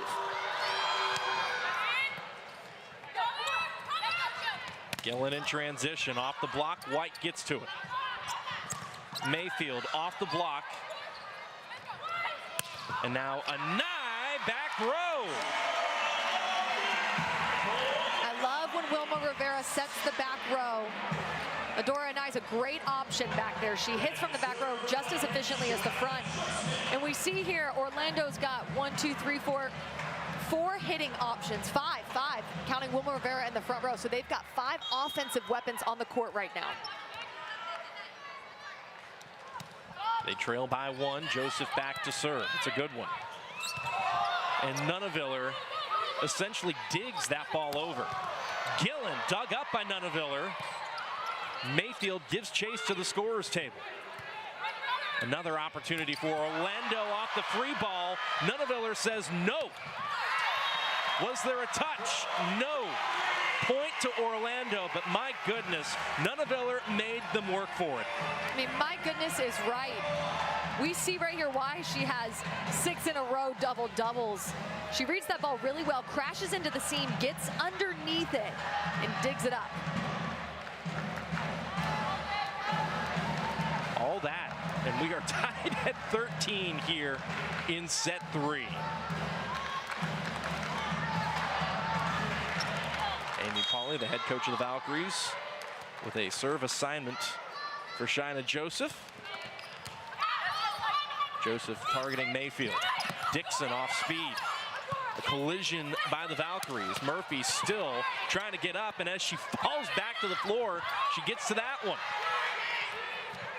On the slide, Brown off the block. Dixon One-handed dig, but out of play by Gillen. Tori Dixon, who has recorded as many as 9 kills this season, now has 7, and we're just in set 3. Yep, it's looking like she may have a season-high kind of night. That'll send Allison Mayfield back to serve as we approach the midway point of this set. Now we're knotted up at 14. It's been pretty back and forth. No team gaining much momentum at all. I'll be really interested to see who gains momentum late into this set. Jill Gillen back to serve. Tight pass. Nunaviller puts it down. Coach Bird told us they want to drive it down the line. They want to attack the line. Nunaviller doing just that. Omaha is first to 15 here in set 3. That brings up our media timeout. We'll step aside for a few moments and be back after these messages. Week 6 of Pro Volleyball Federation play continues again. And tonight's main event is Pro Volleyball. This is Pro Volleyball right here. A power swing. Thomas Ilara. Chance, back row brilliance.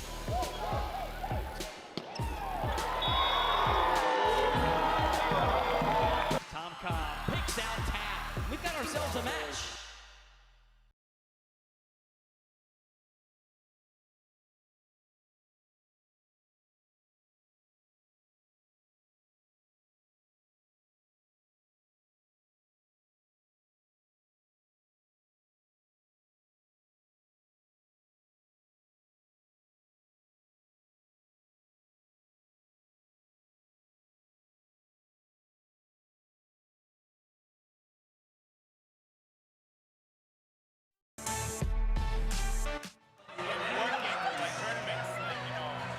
Back here in Orlando, where Omaha leads set 3 by 1 point, and that is the difference to this point. Each team with a set, and it has been a fun one to this point.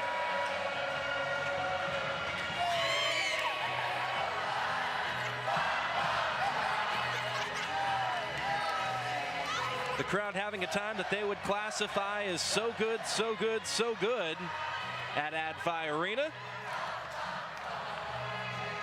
And Omaha looking for a run that they would equally classify as such. They lead by 1. Tori Dixon will serve it in. An eye. Dug over and puts it down. It's all angles for Adora Anai right there, really sharp. She sees the court really well and places the ball perfectly.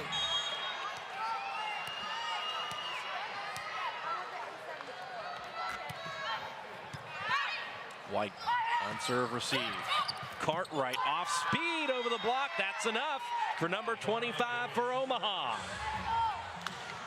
Maggie Cartwright with Jill Gillen led Arkansas to their first ever Elite 8 just last year. So she's a rookie, but she has played on these big stages before, and she's obviously very calm under pressure. And Madison, I know that you've spent time in Fayetteville for SEC Network. Arkansas team with a short bench, just about everybody went 6 rotations there in Fayetteville. Exactly, so Maggie Cartwright and Jill Gillen have a lot of experience playing all 6 rotations and for the entirety of the match. It's Cartwright back to serve. Joseph with the shove. Nunaviller off the block and down. And that right there is a really solid example of why Sydney Hilly is so elite. That pass a little off the net, right at the 10-foot line. She gets her feet there, squares her body to the pin, and sets that ball perfectly to Nunaviller's hand. Hilly #1 all-time in Wisconsin history with north of 6,000 career assists as a Badger. Wow.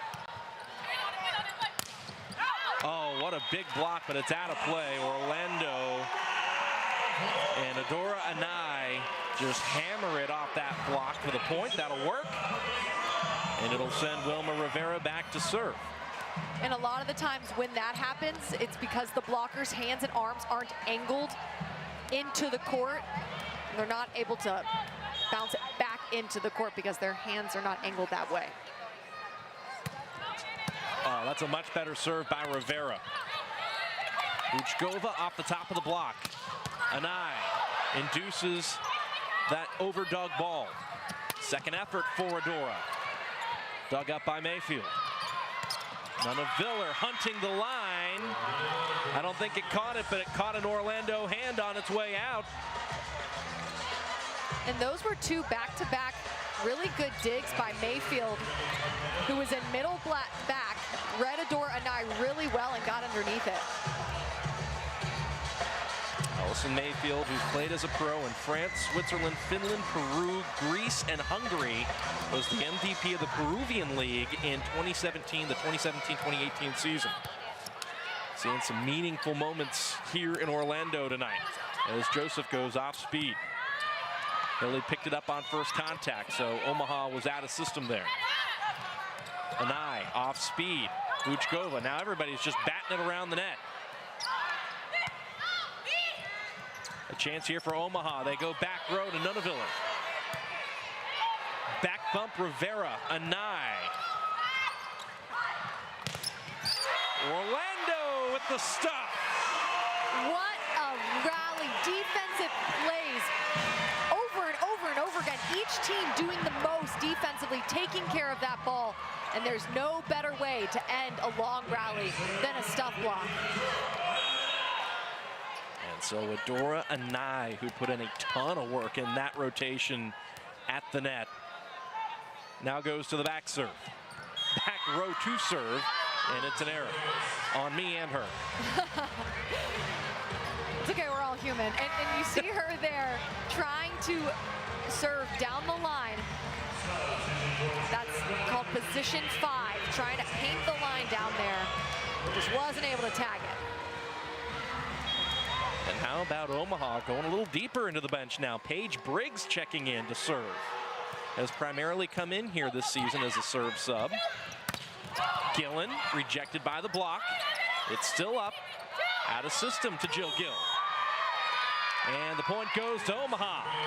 That was 4 contacts. Yep, and Tori Dixon definitely was aware of that. She kind of stopped playing a little bit in there, knowing that it was 4 contacts. Omaha is into the red zone. They lead by 3, and that's about as large as anybody's led in this set. Out of system ball. Dug over by Jill Gill. Oh, man. That is a huge block, but out of play. Well done by Omaha. Allison Mayfield. And Mayfield has such a long approach, and you see her there swiping the ball off of Shina's right hand. It's very intentional whenever you do that, and it paid off. Orlando says we need to chat about things here for a moment. They call timeout, and we will take it with them. Omaha in the red zone leads by 4 here in set 3. Our day has dawned. A new horizon is upon us.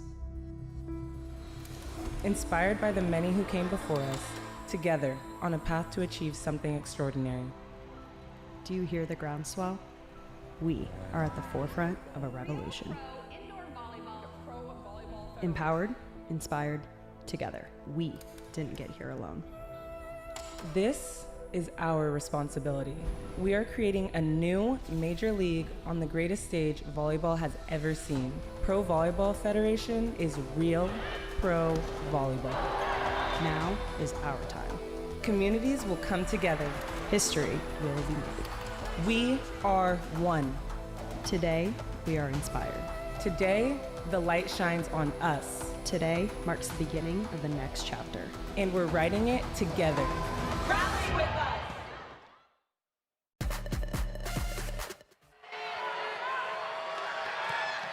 Good service rotation by Paige Briggs checking in for the first time today. High reach by Jill Gillen puts an end to it. Jill Gill does a really good job at mixing up her shots. She's got a lot of angles and a lot of shots, and she mixes up her offense well to keep the block guessing. And I mentioned that Briggs has been used as a serve sub, and she'll check out now with that rotation put to an end. Kendall White, the libero for Omaha, gives her a thumbs up on her way in, says, nice job, teammate. Indeed it was. Good run for Briggs. White back to serve for Orlando. Off speed, knocked back, point to the Valkyries, and Omaha has pulled, well, that tells you I've done college volleyball. I almost said challenge card. They've pressed the monitor, though, and they want to take another look, I think.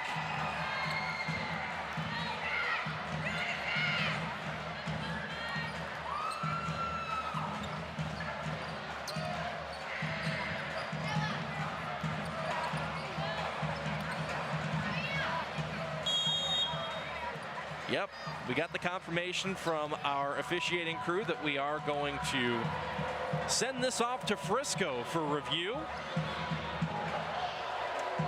So if you are familiar with college volleyball and you are familiar with watching one of our officials going to a monitor, that doesn't happen here.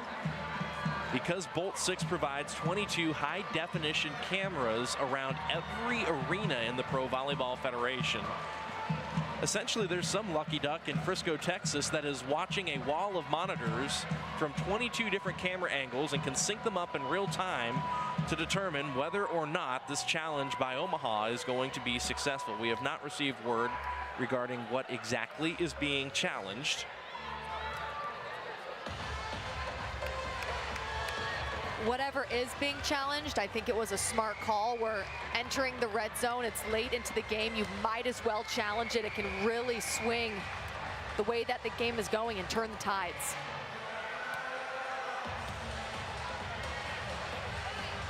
Also worth mentioning, if you weren't with us earlier, each team gets 2 challenges per set, and you do get them each and every set. So even if Omaha loses this challenge,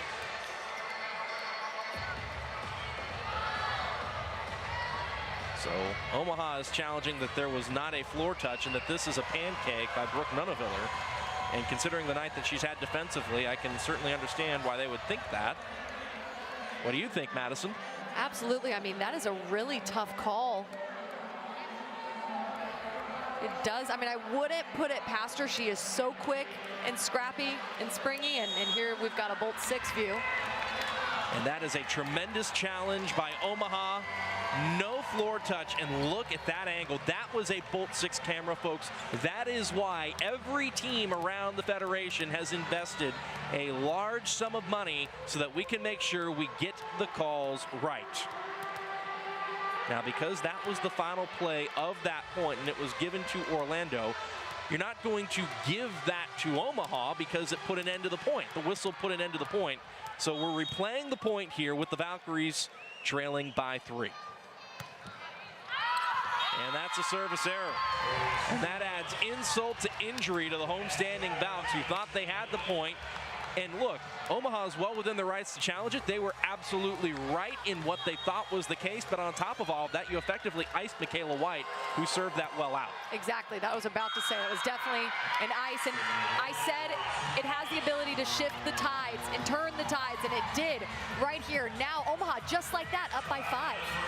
A service error and now a service ace for the Supernovas. They lead it by 5. They are within 2 of the set. And look at where that ball landed. It could not be more into the corner. She's serving to the 1 position on the court, deep into the corner. It's great placement by Sydney Hilly, who has so much experience playing at the high level. She won a national championship, so she knows how to perform under pressure. Hilly, after graduating from Wisconsin, played a year of pro volleyball in Puerto Rico, then went to Athletes Unlimited in 2023, where she finished 8th overall in the Athletes Unlimited standings.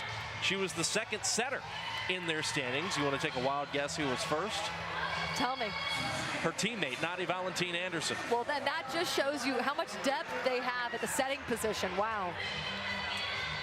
4th overall for Nati Valentine Anderson. So when you consider those two, who were the best 2 setters, points-wise, in Athletes Unlimited, both making their way to Nebraska, you can see why there really just hasn't been any drop-off at all. Oh, man, it is just all going Omaha's way. That was a big block. They didn't even need it, though. Adora and I launched ahead of that 10-foot line. That's an illegal back row attack. And just like that, Omaha stands at set points. Gillen off the block. Hilly calls her own number, and that's it. What a set for the Supernovas. Very crafty by Hilly to end the game. And then right there on that play, Orlando just a little frantic, and Omaha able to close it out. 25-18 in favor of Omaha in set 3. They can win it in the 4th set. We'll come back for it after these messages.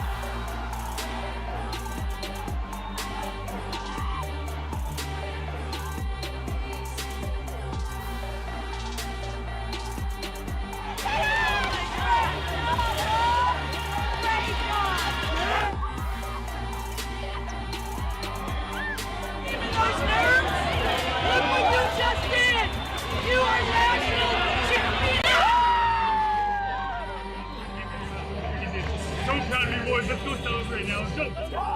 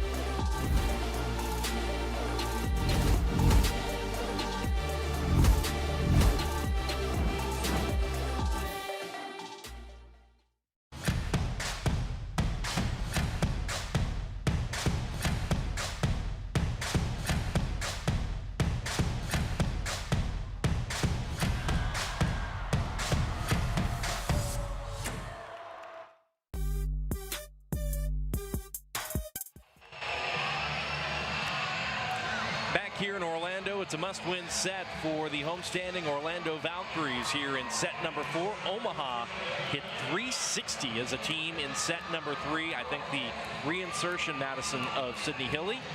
And going to some other playmakers and having a player like Allison Mayfield deliver 4 kills and lead you in scoring off the bench, I mean, has really made a difference. Yeah, absolutely. Put in new faces, get new energy. Hilly, 2 kills on 2 attempts. I mean, she was all over the place. That's a good start for Orlando. They run the middle with MK White. That's a kill for number 9 in blue. And back to your point that you just said, Tori Dixon hit 600 in set 3. Brooke Nunaviller hit 500. So, I mean, from the pins to the middles to the setter, everyone's been very efficient on Omaha's side. 20 more digs in that set for Omaha. Getting to some balls that surely have frustrated Orlando tonight. It's been a quality defensive showing by Omaha. That time, though, the block used against them. And Orlando's off to a good start here in the fourth set. They lead it 2-0. Jill Gillen followed that ball all the way to that sideline. That's what you're supposed to do, track it all the way out. Orlando, a team that's played their strongest volleyball in the even-numbered sets this season. That's inside the block and down. Allison Mayfield, one of the hotter hands emerging in this match for Omaha, delivers the kill, number 15. Absolutely, really nice tempo set to the pin, and Sydney Hilly setting that ball from almost her knees, really low, getting underneath it, and with the perfect tempo. Mayfield, who is now, including this match, only played in 4 this season, but 3 of those 4 have come over the last several matches of action. So she is really trending as Cartwright shoves that ball over. Joseph. That's a good-looking swing for Shaina Joseph, who's continuing to figure things out in her return from injury. Exactly, really solid swing right there. When the tempo is on and that setter-hitter connection between Rivera and her is on, and that sets all the way out to her shoulder, she terminates at a really high level. It's her 5th kill of the match. Joust at the net. Omaha comes out with it. Mayfield down the line. Joseph once again. Shaina Joseph is so dynamic and crafty with her swings. She can hit every single area of the court. You can't really get into a rhythm on defense against her. She's got a ton of range, and right there weaving it in between Nunaviller and White. And if you're Orlando, a team that has made its hay for the most part in this match at the pin with Gillen and an eye, what does it do for you here early set 4 if you can get Joseph going? Oh, I mean, it's everything. The more you can get your right side going, the more you can free up Jill Gillen, who's leading the team in kills, and your middles. Speaking of middles, one of Orlando's middles, MK White, back to serve here with a 3-point lead. And that one denied by the tape, making a 2-point lead for Orlando. That'll send Sydney Hilly back to serve for Omaha. One of a number of players on the U.S. national team, and we have seen a boatload of triple aces in this match. I'm going to go back to your count, Madison, and I agree with that. I think we're now up to 5. Absolutely. I mean, these serves are so flat and floating so well. Tight pass out of the middle. There's Kaz Brown. And that's exactly what you should do if you're the Valkyries and you're in system. Run through Kaz, who's extremely efficient. Last match, she hit 380. She's a really highly efficient attacker. Brown hitting north of 300 in this match as well. Shaina Joseph with the deep float, too deep, in fact, and Omaha is back within 1. Just to update the numbers on Kaz Brown, you mentioned she hit 380 in the last match, hitting 380 in this one. Gillen from the pin, and there you see it. When you get 2 kills from Joseph and another one from Kaz Brown, Jill Gillen at the pin, number 10, had a good look. Exactly, that's why you spread out your offense. You want those middles to not be able to guess correctly. You don't want them guessing in general, but you want to free out your pins. And Jill Gillen has had double-digit kills in every single match she's played in. A good pass there. Back set, Cartwright dug up by her former Arkansas teammate Gillen. Anai had to back up on that set. Add a system ball to Nunaviller. Off the block, Gillen, good play. Back set, back row, Joseph. Little miscommunication for Omaha. Oh, what a play by Murphy. Free ball to the Supernovas. Nunaviller off speed. Joseph tried to get to it, and it's down for the kill. That is how hard these teams have made each other work. This is why we love professional volleyball. The rallies are so much fun. Diving plays just when you think maybe the ball's going to touch the ground, it doesn't. Because these defenders are so scrappy and they read the ball so well. And Nunaviller, really smart shot. She knew that 3 of the Valkyries were off the court, kind of tangled up in each other.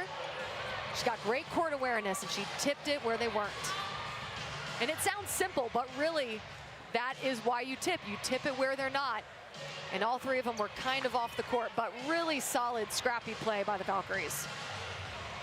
They lead it by 1, and you mentioned that scrappy play. They've wiped up a good 25% of their side of the Terraflex. And Shaina Joseph is still down there using, I think, her knee pad to wipe up one more spot. You have to appreciate the mentality of the Valkyries on defense. It's a never say die kind of mentality. Low toss there for Dixon. Anai, cross court, dug over by Nunaviller.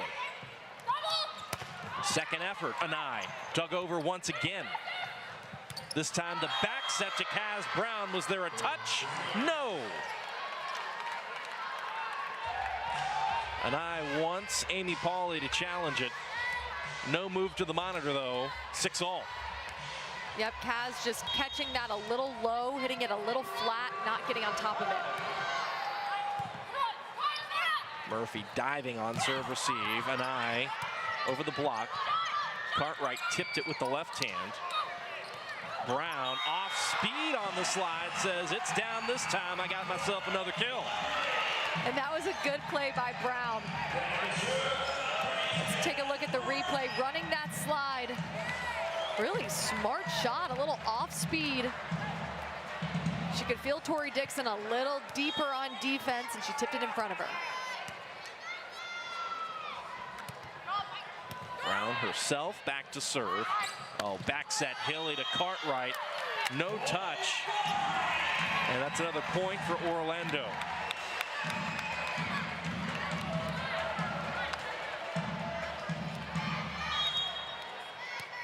(8-6) Valkyries in a must-win set. First to 25, win by 2. To force a first to 15, win by 2/5. Nunaviller turned back by the Orlando block. This time goes over it. Gillen got there with one hand. And there to put down that ball passed over the net is Cartwright. Cartwright's job right there was to just end the play. Don't mess around, put that ball to the floor. But kudos to Jill Gillen, who shifts down the line, reads the ball really well, and had a really solid up. That'll go down as the 3rd kill of the match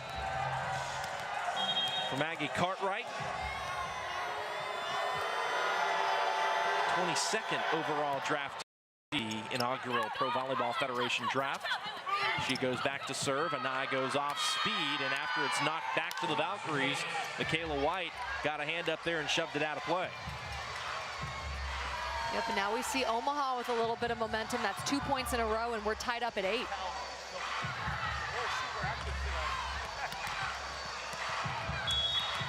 Omaha ran away with sets 1 and 3. Orlando ran away with set 2. Just about every single one of them, though, relatively tight at the midway point, and now Orlando leads 9-8. Yep, a lot of the times it's who can break away the quickest and the closest to the red zone, and you're right, they've been trading it off. 8th service error for Omaha to 5 aces. Wilma Rivera back to serve for Orlando. Vuchkova turned back. Now to the pin, and Nunaviller rejected. It's still up with Hilly. Out of system ball to Anai. She'll roll it over the block. Picked up by Cartwright. Back row Dixon off speed. Oh, what a play! I've said it before, and I'm going to say it again. You can tell that Jill Gillen wants to be the one to finish the play. She goes up with so much determination and intention. And right here, running a back row attack, dropping that thumb, and swinging cross court just right outside of Kendall White's body.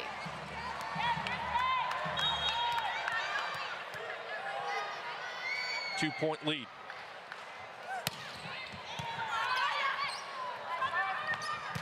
Nunaviller in transition, dug up by Murphy. Collision by Orlando. And Gillen gets it over. Vuchkova goes to work and puts it down. The scrappiness from Orlando has been extremely impressive this match. Each set, they're making these wild defensive plays.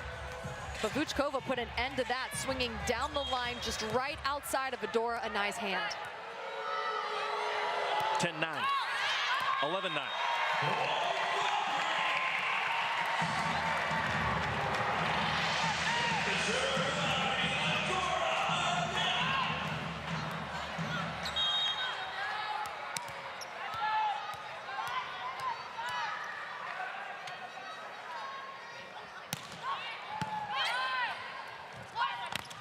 Vuchkova off the edge of the block and out. Here comes Hrstina Vuchkova. Solid swing by Vuchkova, swiping it off the hands of Jill Gill. The block just wasn't timed up or pressed at the right time, and Vuchkova took advantage.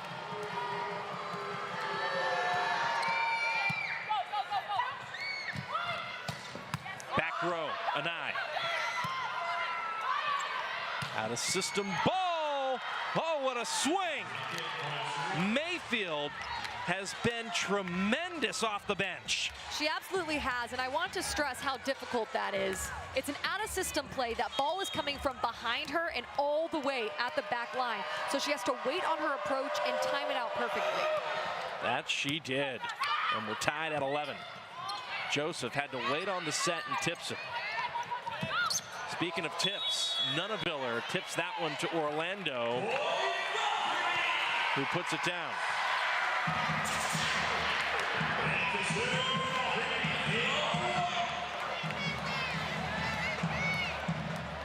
Let's check out this replay. Brooke Nunaviller reaching for that, and I think she got called underneath the net. She did. White cross court. On the slide, Dixon. No touch. Point Valkyries. Dixon going for that down the line swing, trying to find the left hand of Jill Gillen, but just aired a little too far down the line. First error for Tori Dixon tonight, who had 8 kills on 19 previous swings, was hitting .420.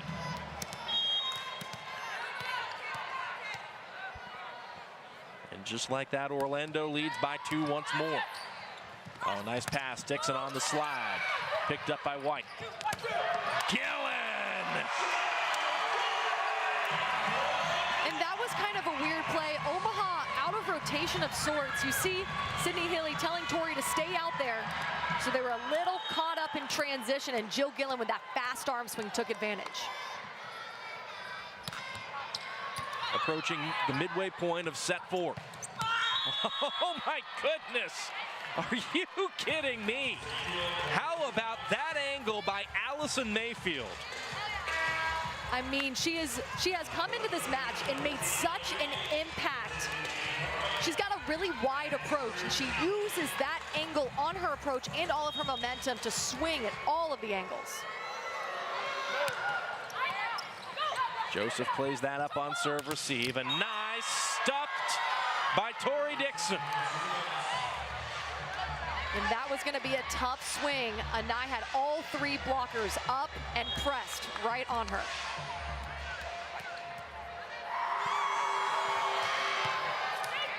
And that's a service error.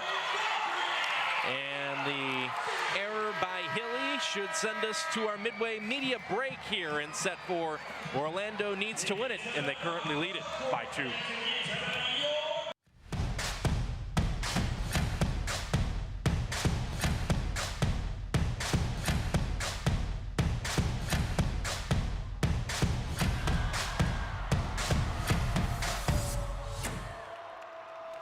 Fans are so excited. She decided to join Atlanta Vibe. 10th year as a pro, signed in July, activated February 14. She had 25 kills in her opening match, coming out with the bang. Back set and across court, side out on a Lasariva. First touch, making an impact in her home debut. Double change of speed, right over the double block, Lasariva. I think Ana Lasariva's making some fans fast in her home debut. Looking like a baddie, I show up and make them stop. Wanna know my name so badly, cause I run this whole block. Gear up with the official Pro Collection apparel today. Available exclusively at realprovb.com and provolleyballshop.com.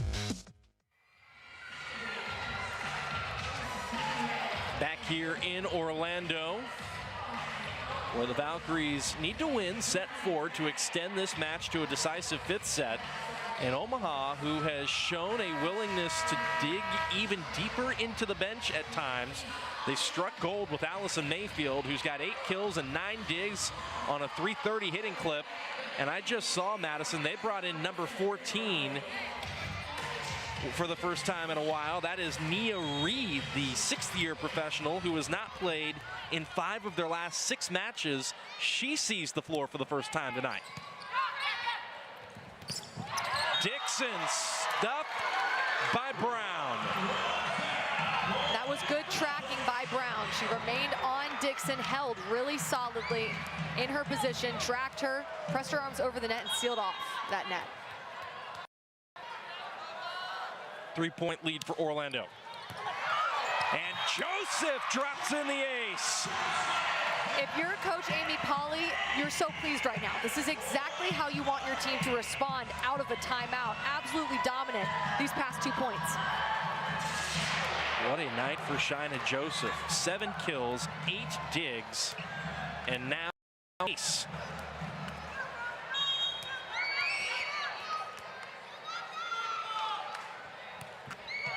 She goes cross off the float. Back row, Nunaviller got it inside the block. And you could see there the block press of Kaz Brown and Wilma Rivera just not timed correctly. There was a little bit too much space between their arms and the net. Rivera falling to the floor, sets Gillen. Second effort for Jill Gill. Kept up by Mayfield. Nunaviller off the block. Another set for Gillen, kept up by Mayfield once again. Brown tips it to the floor. And the arena erupts. Home court advantage is really prevalent right now. Allison Mayfield coming into this match and just having a standout performance defensively in middle back. She reads the block really well.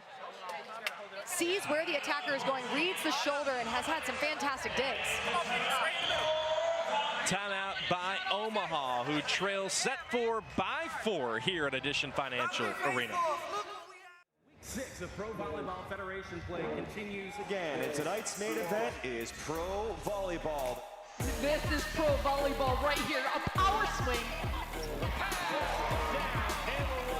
Thomas Ilara. Chance, back row brilliance.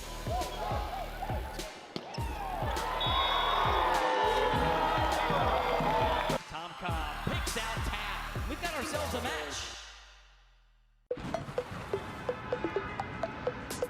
We gonna take it, gonna.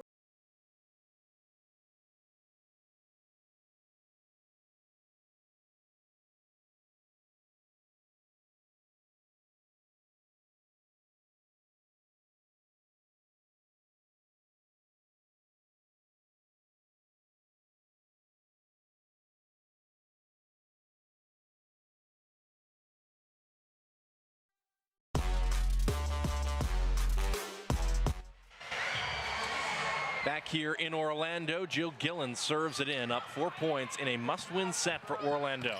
Nunaviller uses that Orlando block to her advantage. That's another kill for Brooke. And Madison, something that sticks with me here is Bird Kuhn told us that the 9-day break was good for a couple of reasons. One, to be able to get back in their own bed and rest after being on a long road stint that, frankly, they're continuing here today. And 2, she said it allowed us to get back in our gym and just compete and go to work. And you're seeing them continue to compete and dig deeper into the bench here against Orlando today. Exactly, and them competing against each other at practice is so high level because, like you said, the depth that they have on their bench. I mean, you've got so much depth when you've got All-Americans and Olympians and national champions just lining the bench, and then that's great for situations like this where you can pull from your bench, try to find the right combinations, the right matchups, and see what's clicking at the moment. That kill by Adora Anai gave her another double-double. Brooke Nunaviller has been equally effective for Omaha. Nunaviller, who has been a double-double machine this season, has already eclipsed that mark, standing at 14 and 14. It's her 7th double-double in a row. Out of the middle, there's MK White. Boy, Orlando has really spread it around so nicely in this 4th set. And the setter herself, who has done such a good job of it, comes away with the solo stuff. Wilma Rivera, number 12. Yep, and you see the right hand of Wilma Rivera. Her palm is turned into the court. Her pinky is dropped. And that's the reason the ball gets blocked back into the court and down. The Valkyries have entered the red zone. 4-point lead for Orlando. Oh, what a serve by Rivera. White gets it over. A chance to extend the lead. Joseph will do just that. And all the cards coming up. Valkyries late here in the 4th. A 5-point lead. They're within 4 of forcing a 5th set.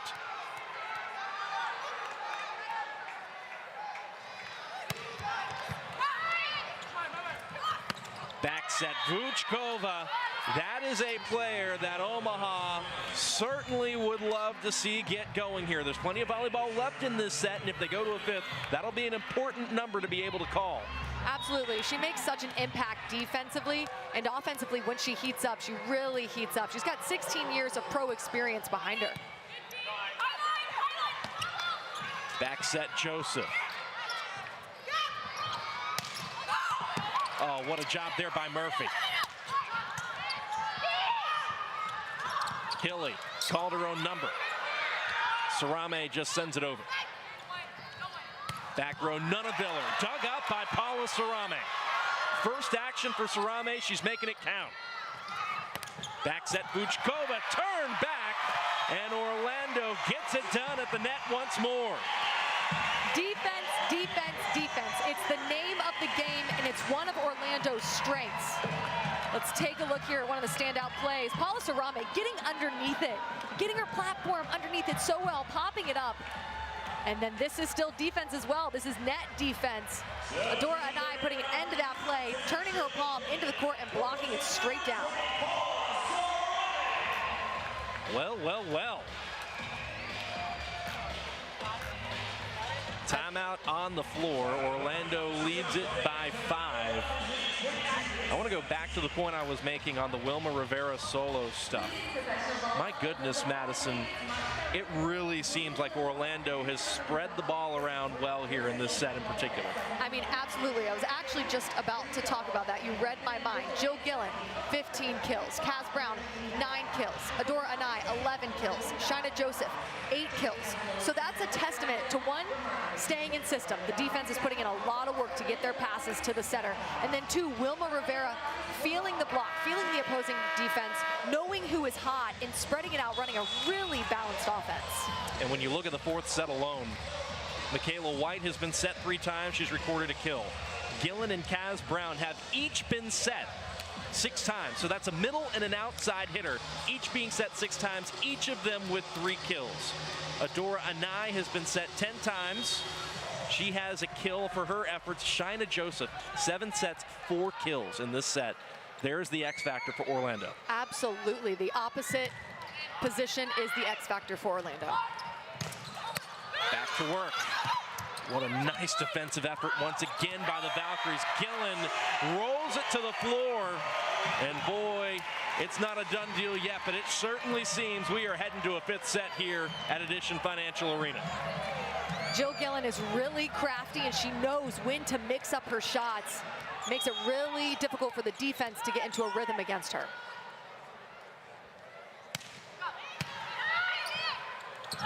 Hilly. Oh, that's just so good. Talk about being crafty. Talk about being smart. Sydney Healy has 3 kills. She's an offensive-minded setter, and she makes the block respect her. And that's 3 kills on 3 attempts, no less, for Sydney Hilly. So when she does it, she makes it count. Hilly, who, on top of all the exploits we told you about at the University of Wisconsin, also a member of the U.S. national team, joined them for the 2023 Pan Am Cup, where the red, white, and blue took bronze. There's Gillen going to work off the block. And number 10 in blue is feeling some kind of way as Orlando stands at set points. Nice tempo set to the pin, perfectly to Gillen, who then redirects that ball down the line, tooling off the hands of Dixon. Back set Dixon, turn back. Back bump Mayfield. Joseph from the right pin. Gillen tries to terminate. Gillen off speed. And that's in the antenna. That's it. We're going to a fifth and a final. And this is uncharted territory. Last time they played, they went to 4 sets, and the time before that, they went to 4 sets, and now we're going to 5 here tonight.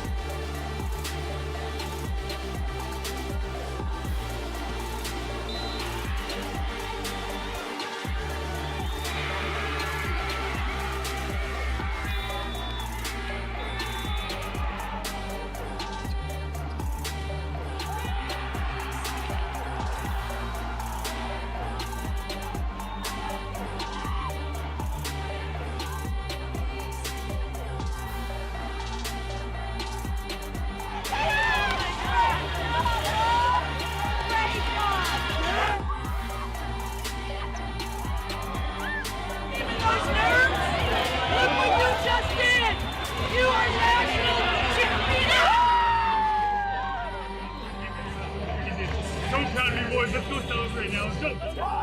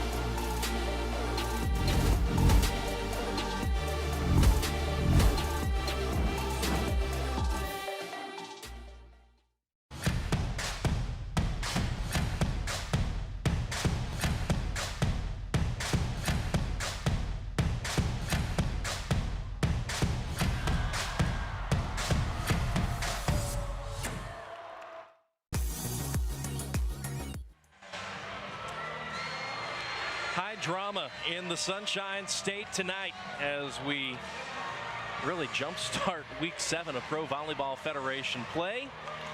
We're going 5 between the top team in the Pro Volleyball Federation, the Omaha Supernovas, and the 4 and 5 Orlando Valkyries. This is the 4th 5-setter of the season for Orlando, their 2nd in a row. And Madison, I'm going to go back to what I said last weekend, last Sunday when they played Columbus, who had not had a 5-setter. Somebody tonight is going to win their first 5-setter of the season. Orlando is 0-3, Omaha 0-2, and away we go. 1st to 15, win by 2 to decide it. And I mentioned a certain someone that they're going to want to get going over on the Omaha side of things. And here they go. Allison Mayfield off the bench has done a tremendous job for the Supernovas. And Kay White out of the middle. Joseph off the top of the block. Nunaviller does so as well for the kill. 2-0 Omaha. And some things that may go unnoticed is the effort and the work that the Pins do in transition. You see Nunaviller working really hard to get off the net there and when she gets the kill. Solid block touch, gets off the net in transition, then that's set inside, but she's got her full approach in front of her, and she's able to get the kill. Nunaviller now 2 kills away from equaling her season high. Orlando's essentially out of system there with Rivera running to the scorer's table to back bump, and Omaha takes advantage. A hot shot right down the line. Whew. What a start. Yeah, exactly. And if you're Omaha, that's exactly how you want to start. You want to come out hot like this, firing on all cylinders and feeding your hot hands of Mayfield. 2 kills for Mayfield in the first 3 points of the 5th set. Anai from the pin. Hilly picked up by Rivera. Joseph picked up by Hilly. Out of system ball. And it's turned back by Orlando. Nunaviller off the block. Anai off speed, knocked back. Anai again picked up by Nunaviller. A shove, and that is a timely kill for Nia Reed. Very timely for sure. Now they're up by 4. Omaha coming into this set really fiery, spreading out their offense nicely, and they look really clean so far. Orlando calls an early timeout. We'll take it with them here at Edition Financial Arena.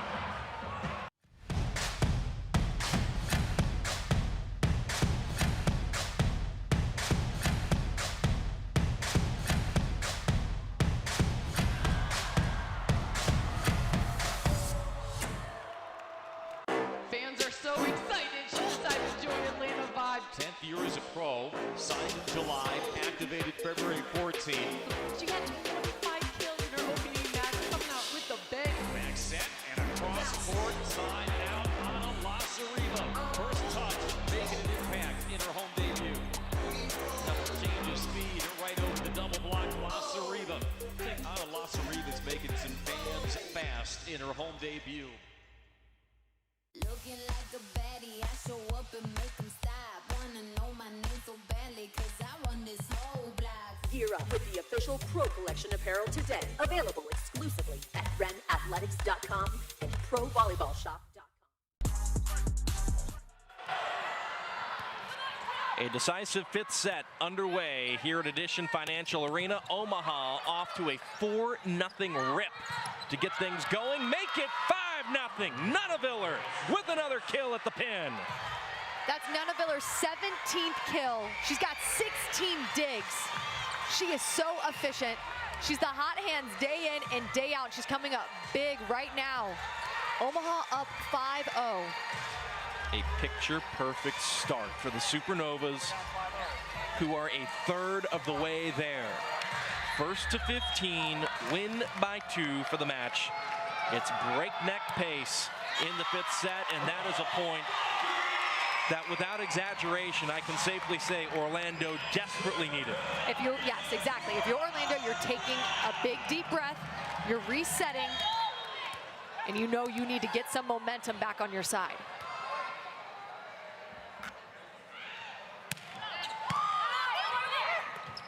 Mayfield on serve, receive. Nunaviller hunting the line. She's feeling it, and she has equaled her season high.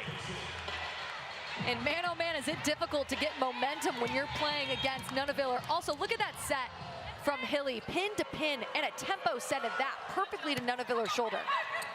Gillen in transition off serve, receive. Tools the block for the kill.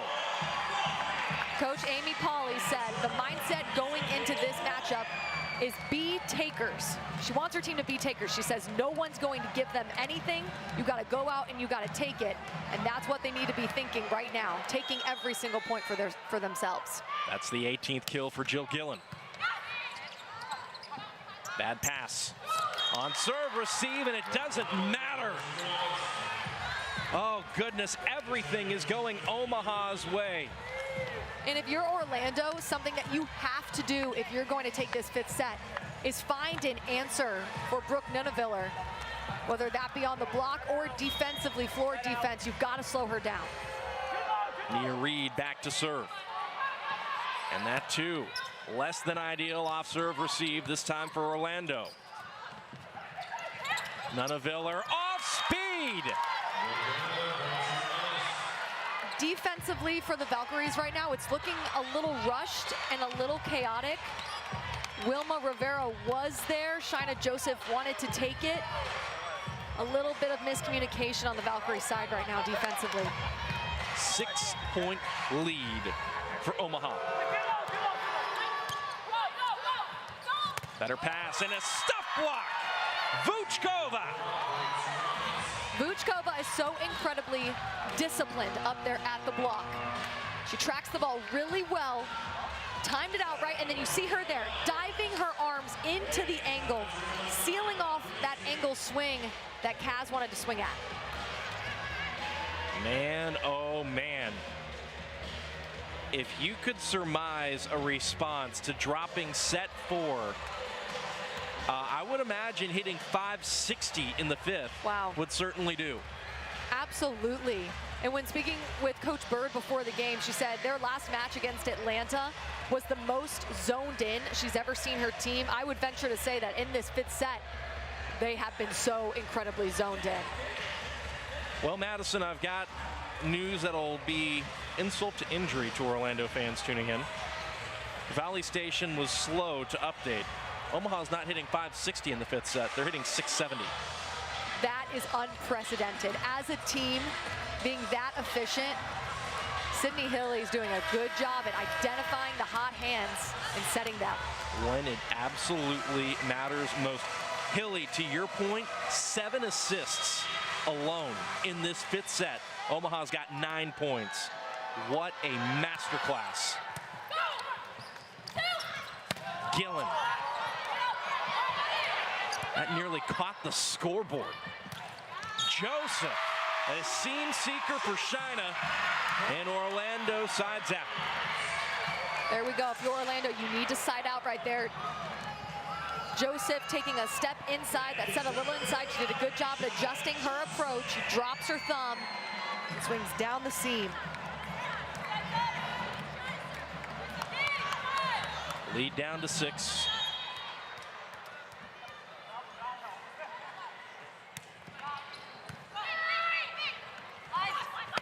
Vuchkova puts it down.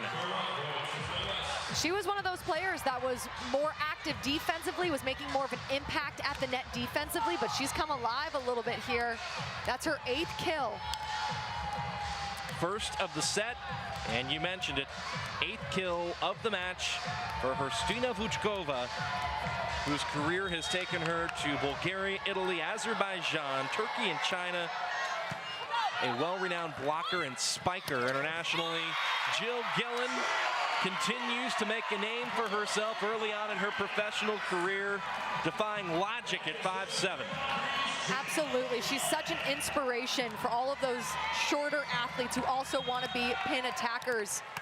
Really is such a role model for the younger generation. She goes back to serve. Vuchkova, was there a touch? You bet. Brianna Spain, the down referee, all over it. And Omaha's within 4 points of the match.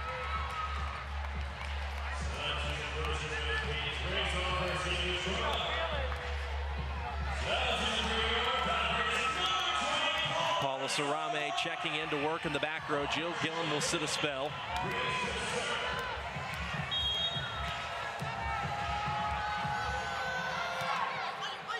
Paige Briggs in to serve for Omaha. Anai, that is out. Yep, that set was a bump set by Wilma Rivera, and probably not as tight as Adora Anai would have wanted it. She had to slow down her approach, and she hit that ball from around the 10-foot line.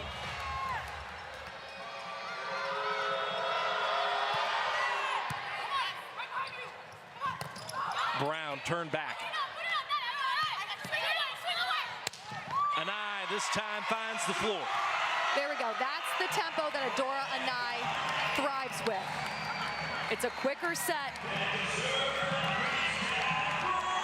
A little inside, but she drives it through that open seam, and she timed out her approach well on that one. Does Orlando have another run in them, and can Omaha close this out? The Supernovas within 3 points of the match. Orlando needs a run in a hurry. Oh my goodness. Allison Mayfield, have yourself a night. A double-double for Mayfield. She's absolutely hitting all of the angles right there. That's about a 10-foot line cross court, as sharp as they come, kill. 11 kills now on 27 attacks, hitting 370 with 14 digs, and she has played Madison essentially 2.5 sets. That's absolutely incredible, and the hitting efficiency number from her as a pin attacker is amazing. Anai, dug up by Nunaviller. Mayfield out of play. It's been a rare misstep for Allison at the pin, and Orlando will certainly and gladly take it. They'll send Wilma Rivera back to serve.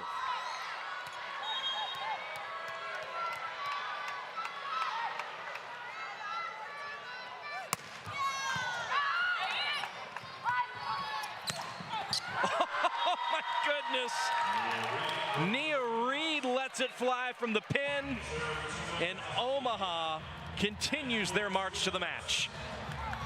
Just a testament to Omaha. Every area of their team, every aspect of their team has been firing on all cylinders here in this 5th set. It has been tricky, it has been complicated. There have been a bunch of gritty plays back and forth, but Omaha stands at match point. White out of the middle. Mayfield back row, and of course, it's Mayfield taking care of business from all areas of the court. And after a back and forth battle, it's Omaha dominant and decisive in the 5th. Dominant and decisive is the perfect way to describe that 5th set. Every single aspect of their game was working at the right time. The team chemistry was on, the determination to finish the plays quickly was on, everything was on. The top team in the Pro Volleyball Federation improves to 7-3 with a win they flat out earned tonight. We'll put a wrap on this one after these messages.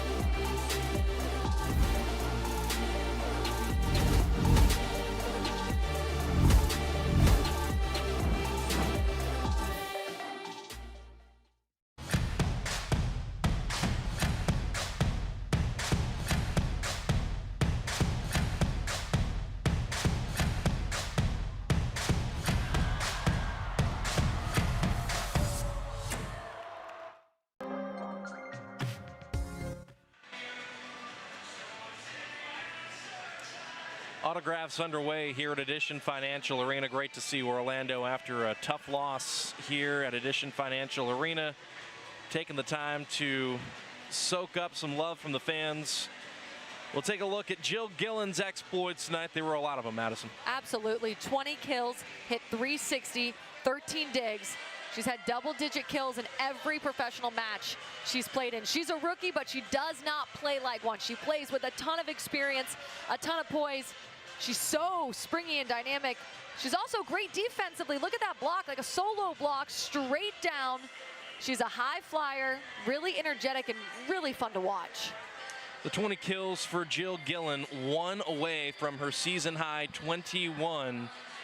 And on the other side of things for Omaha, Madison Brooke Nuneviller was every bit the tremendous player we knew she was coming in. Absolutely. Talk about an all-around superstar. 20 kills, 17 digs. She's athletic, she's dynamic, she's dominant. She is a true leader of this team from every area of the court. She had so much success in college and now so much success in the pro. Look at how quick and scrappy she is on defense, and then you pair that with the craftiness and the expertise of her offense, and she is an all-around superstar. So for Nuneviller, the kills, the 20, that's a new season high. She was one away from equaling her season high in digs. You had Allison Mayfield put up a double-double off the bench, tip the cap to Sydney Hilly, 12 assists in the 5th set. I mean, you've got Vuchkova equaling her season high in kills. Tori Dixon one away from hers. Wow. Omaha is going to get to go home, and that's going to be a lot of momentum for them. Orlando, though, Madison's going to have to go on the road. Yeah, definitely. Orlando's going to be tested right now. They've had so many gritty, excellent performances, just falling short just by a little bit. Final thought from me, Omaha in the 5th set hit 670 as a team. That's absolutely unheard of. We see why they are the #1 team in the league right now. They certainly are, and Orlando's got a lot of work to do as they head on the road. It'll be a while before we check in with you again, but for Madison Fitzpatrick and our entire crew, Sean Davison saying so long from Ad Phi.